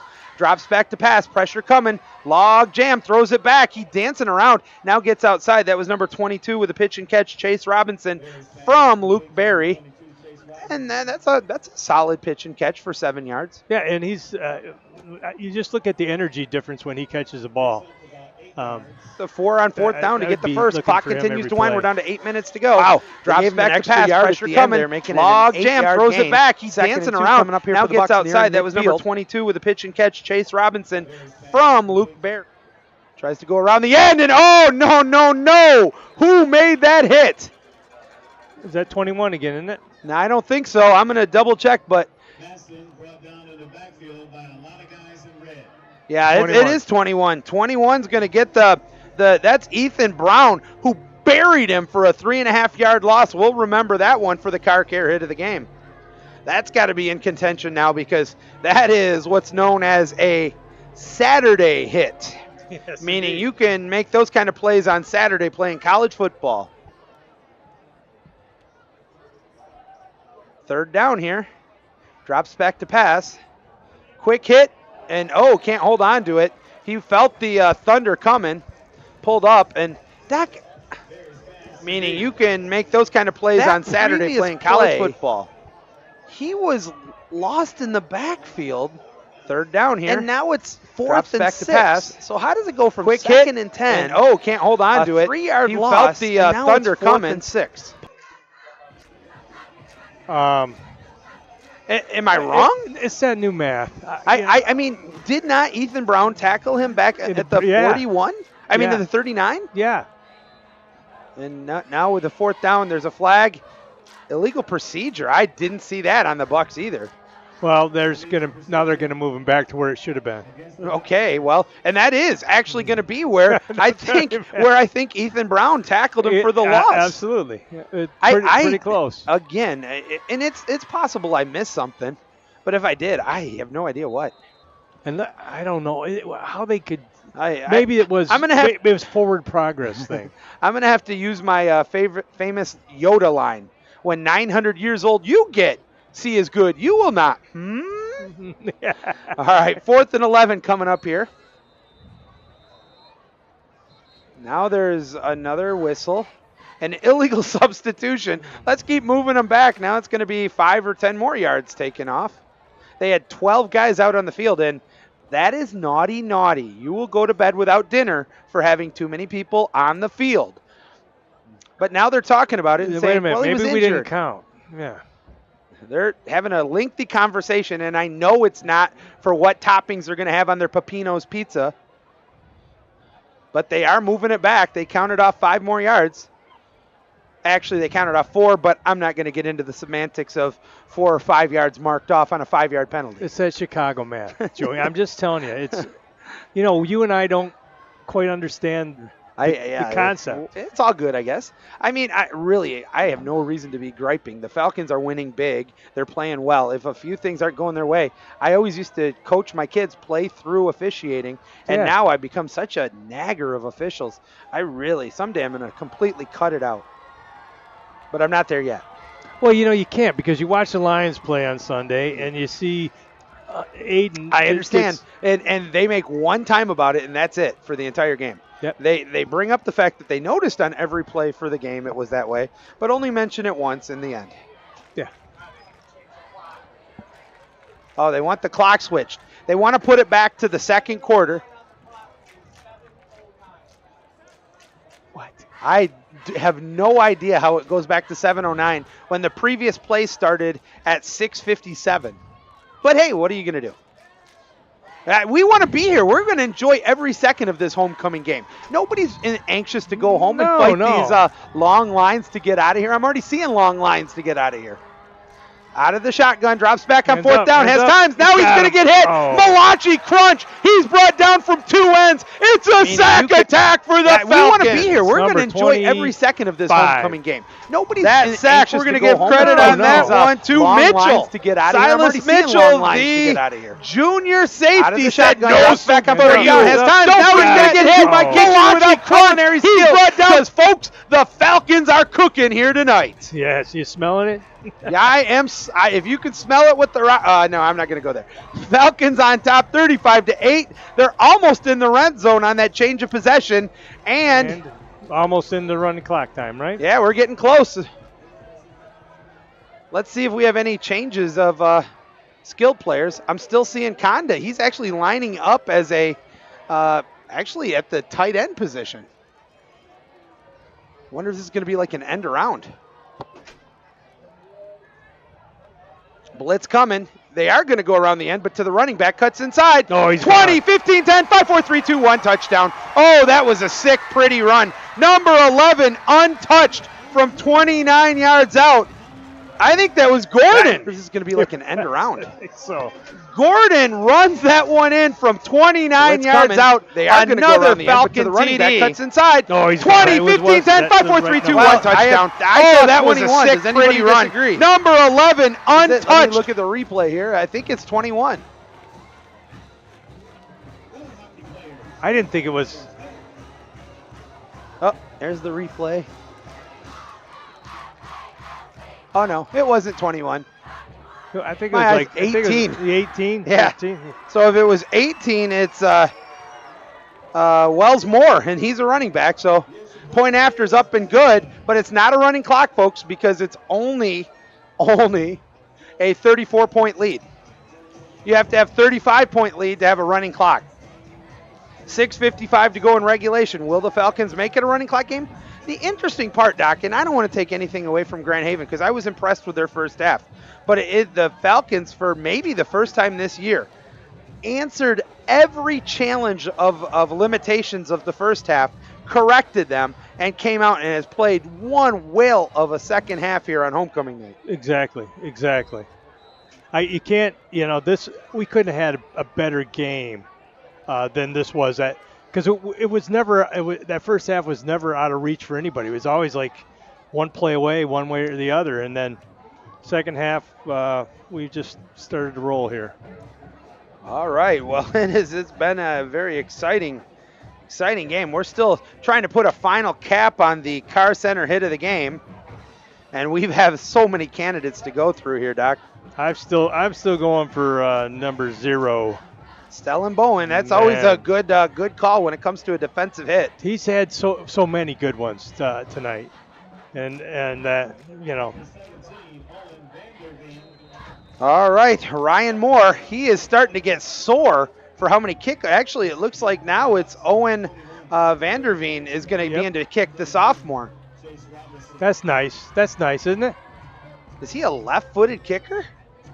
I hope so. If not, this is a weird. Wow. The left-footed sophomore booms it back to the 3, over the 10, 15, cuts inside to the 20, brought down hard at about the 23, and that's where the Buccaneers will start this drive with 6:49 to go in regulation. That was a line drive kick to the by a three. sophomore. Yeah, he's got a they're bomb gonna for a do some leg. work with him. He will definitely probably be the hands-on favorite to replace Ryan Moore, this graduating senior. No doubt. Timeouts being taken. You don't see that very often, Doc. A timeout by Grand Haven off of the kick, off of a kickoff. And I think they're changing some personnel. If that was what I would do. 42-8 is our score. Still a lot of time. Folks, it's not even halfway through the fourth quarter. It's 9-17. This game is like the Energizer battery of games. It's still going and going and going and going.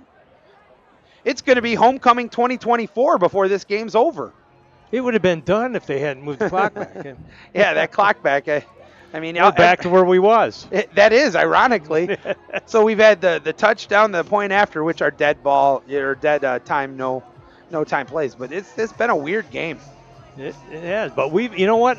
This has been my first game back this season, and this is beautiful. I'm sorry I missed the other one with you, but I was down in Miami with my kid, getting his white coat, which I'm very proud of. As you should be, Doc. As you should be. All right, the Buccaneers break the huddle. It is still Luke Berry at quarterback here, and joining him in the backfield is that 2 or 3? It looked like 2, which would still be Dean Matson. Here comes the snap, looking for the quick hitter, tipped at the line. Oh, block in the back. Let's see if they call it. No, they're going to let this stuff go. But it's going to be a pickup of 9. Or 10. And a first down. We're actually going to call it up to the 35. See, you remember the days when they always moved it right to the that was like 3 years ago or 4 years ago, and it was. I think that was a directive, as close as you can get to a yard line, like it's easier, an even yard line. 1st and 10, clock winding, inside handoff. No room there. That front 6 for the Falcons defensive line has been as effective as the front 5 for the Falcons offensive line. Wow. We're coming up on the 6-minute mark of the fourth quarter. Every time I look, it seems like there's more time on the clock. Now we got some different guys in there on the defensive line. You got number 75 in there for Zua. Who's number 75? That is Isaiah Robinson. So he's at nose. Under 6 minutes now. They've taken a lot of time off the clock on this play. They're 2nd down and 11. Motion on the play goes number 15 for the Bucs. Inside handoff. There's a big hole up the middle, over midfield into Falcon territory. Nice run straight up the middle. Number 2, Dean Matson. And that's going to be a pickup of about, let's see, they ran that one from the 35. So a pickup of 18 yards on the play for Matson and a first down. Clock continues to wind. We're down to nearing 5 minutes to go in the game. Now, I'm pretty sure that the Falcons defense does not want to give up another touchdown, regardless of who's in the game. Absolutely not. That's pride time. Now they're going to go with the end around. Good open field opportunity there. Missed the tackle, but the second linebacker comes up, wraps him up after a gain of about 1.5 yards.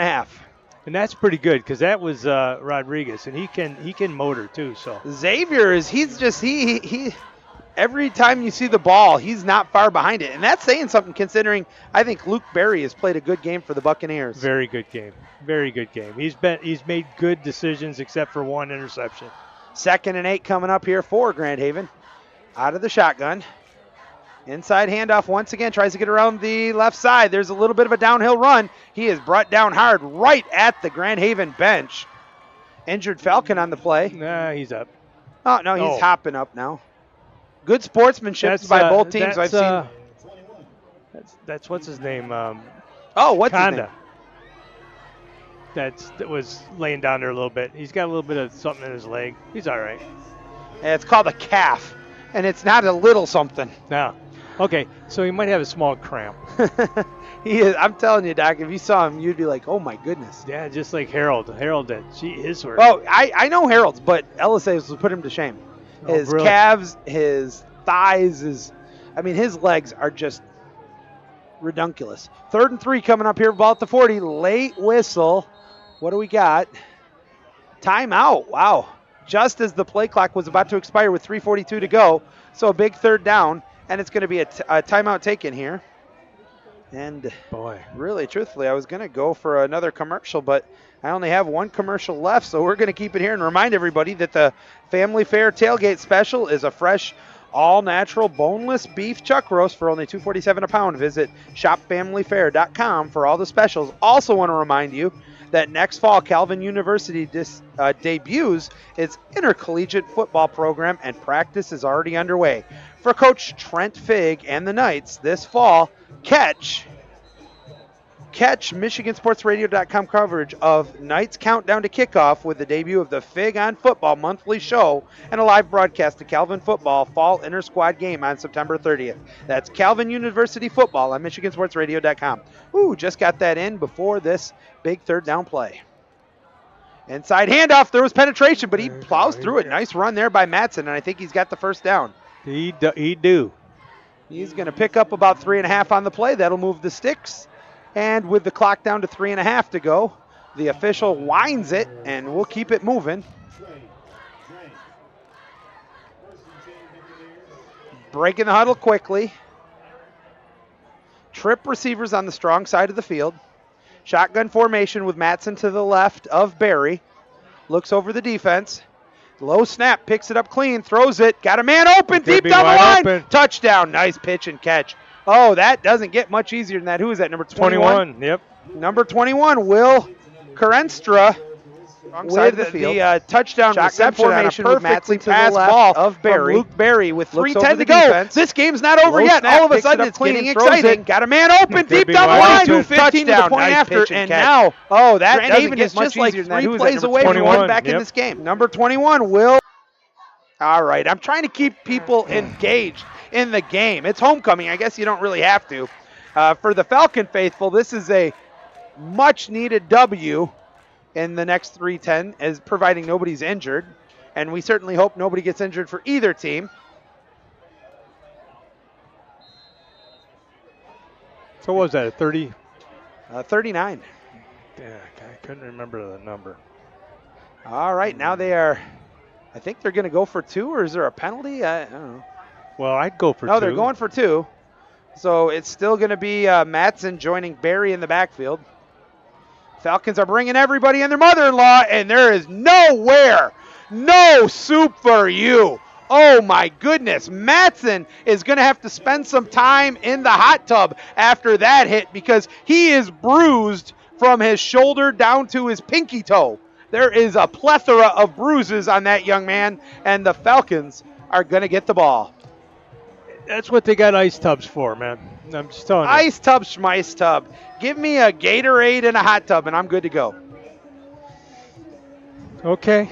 All right. I'm not arguing that. Yeah, you know, if I you might be arguing the Gatorade, but you are a doctor. I do not have the MD to argue with you in that one. So, but you know, I don't know how they sit in that stuff. You know, I've had legs in an ice whirlpool, and it was so stinking cold I couldn't take it. I don't know how they immerse themselves up into their neck. Oh, it's amazing to me. I don't know how they do it. Our score, folks, is 42-14 as we are coming up on the final 3:10 to go in regulation. Grand Haven getting set for the ensuing kickoff here. Falcons about to return. Interesting move here, going back to return the kick for the Falcons. Number 24, LSA Conda. Joining him is number 11, Gordon, who had the last touchdown run. Yeah, he can wheel. I suspect we're going to see a little pooch kick again, though. And I was correct. And they're going to have to come up and get it, or it's going to go out of bounds. And, oh, let's see if it went out of bounds. No, he caught it. No, it was out of bounds. All right. So, I know, is D. The Falcons will actually get an extra 10 yards from there because of the illegal procedure out of bounds on the kickoff. That'd be wonderful. Then we get one first down. Well, let's see. Grand Haven, they might be out of timeouts.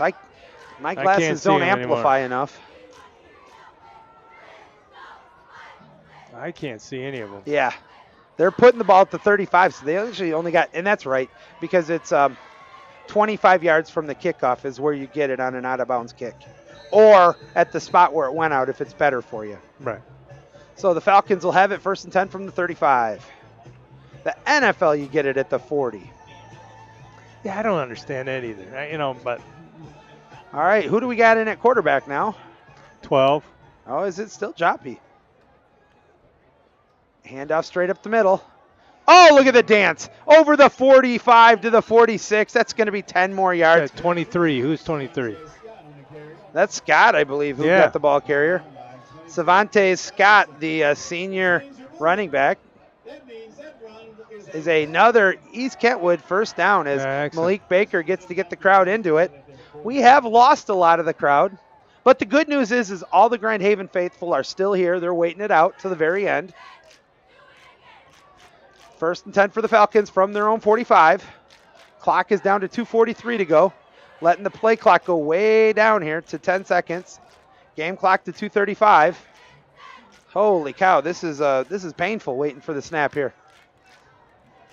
Now they get it, and they hand it off. Cuts to the outside, big hole. Over the 50 to the 45, still on his feet, cuts inside to the 40, hit from behind, and down he goes at the 35. So from the 45 to the 35, a pickup, a 20 on the play. Number 18, the ball carrier there for the Falcons. That was a great run. That's Wells Moore. Didn't he have something earlier? Yeah, he had a touchdown, 29 run. And that is another Falcon first down. We're waiting for the 2-minute warning to come up here before the next snap. Still 23 seconds on the play clock. 2 minutes straight up on the game clock. They are waiting patiently. Still only 4 guys in the line and 7 in the box for the Bucks. I'd be getting a cramp if I was a lineman sitting there having to hold that long. Indeed. There's the snap, straight up the middle. Nice hole, plows forward. That was a little... Really a good 5-yard, 6-yard run. We'll probably have 1 or 2 more plays here before this one is in the books. So for the Falcons, it looks like, barring some kind of miracle here in the end, it's going to be win number 1 of the OK Red season. The win will improve them to 2-3 overall, 1-2 in the OK Red. With 4 games to go. With 4 games to go. That'd be right on the number, right? If they want them out. You have to, guarantee win is 6. Yeah. But 5 wins can still get you in. Down to 1 minute to go on the game clock.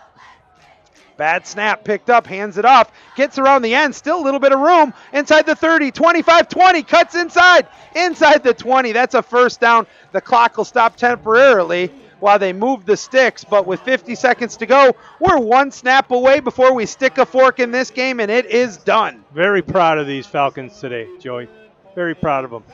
Playing like Falcons. Indeed they are. Now, for all of you watching that are not here at the game today, but you are going to be at the homecoming dance tomorrow and the East Kentwood High School Grand Foyer, I encourage you, please be safe this weekend. Don't make any poor choices or bad decisions. Have a lot of fun. Enjoy the moment, but be smart.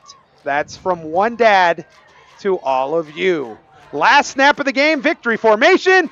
Joppy takes the knee. That's all there is, folks. There is no more. Our final score on homecoming night 2023. Your East Kentwood Falcons 42.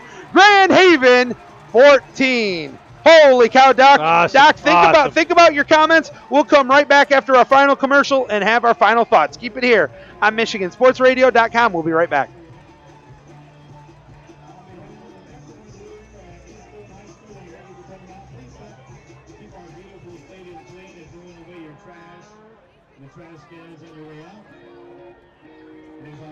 How you doing? Good to see you. Thanks for coming in. Is it cool? Michael's taking Gabriel into German. We're going to go to 76. I don't care. Okay. I'm letting you know. So. I mean, after we get this down there. And I'd make all those bums help us. I don't want to carry even my cell phone. I'm kidding about that.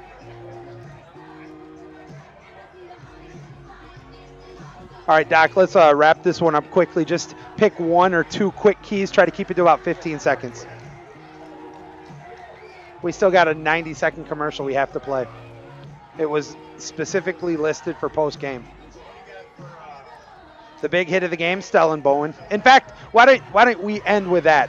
So I'll do a wrap up of the game, and I'll ask you, Doc, what's the big hit of the game?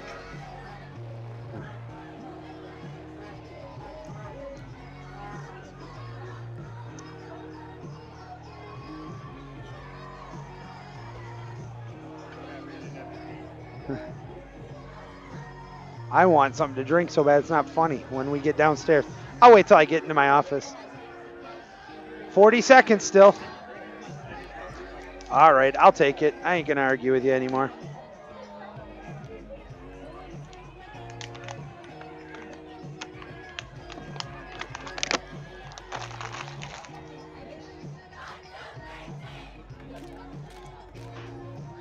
All right, 30 seconds exactly, Doc.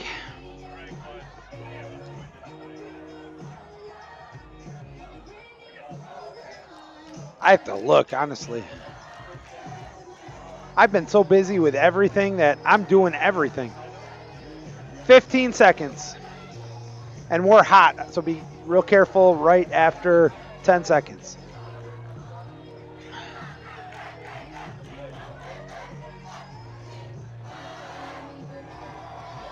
Joey Sutherland along with Dr. Matt Hoffmeister. It is a very happy Falcon Stadium as Homecoming 2023 was a victory celebration for the Falcons as they defeat their rivals from Grand Haven 42-14. And what was a game where many of it's going to call the return of TK football. The Falcons, with reckless abandonment, were able to run almost nonstop throughout the game. Led the way with 4 amazing touchdowns. Number 24, the super senior LSA Conda, and throw in a few more touchdowns for good measure. The Falcons go on to a 42-14 victory. So there's really only one thing left to do, Doc, and that's come up with our car care hit of the game. Who's it going to be? Joey, there's no doubt there's only one guy that I would pick, and that's Stellan Bowman. He had several big hits. He had a fumble, hit for the fumble right at the beginning of the game. I mean, the guy played crazy. And so to me, he is the big hit of the game. All right, Doc, one last quick question, and we're going to wrap it up here. Is there still enough time for this Falcon team to make the playoffs? Yes, I do. I believe that. Now, they got some tough games coming up. There's no doubt about that. But all they got to do is play like they did tonight, tighten up that defensive secondary just a little bit more, and they'll roll. The real tough game is going to be 2 weeks from tomorrow, or 2 weeks from today, when the Falcons are going to take on Caledonia here at East Kentwood. You and I will have that game. Great. And a really cool part is that is going to be a nationally televised game. So don't get nervous on that one, Doc. It's great to have you back. Again, it was the Falcons throws it, got a man open deep down the line. Touchdown for Dr. Matt Hoffmeister. Oh, that doesn't get much easier than Joseph. And of course, the amazing number 21 Will crew we have here at East Kentwood from the production class. Thank you as always for that. And that's going to just about do it here today. Again, our final score, East Kentwood 42, Grand Haven 14. We'll see you next time. Until then, have a great weekend. Have a great safe homecoming weekend. And of course, go Falcons. We'll see you soon.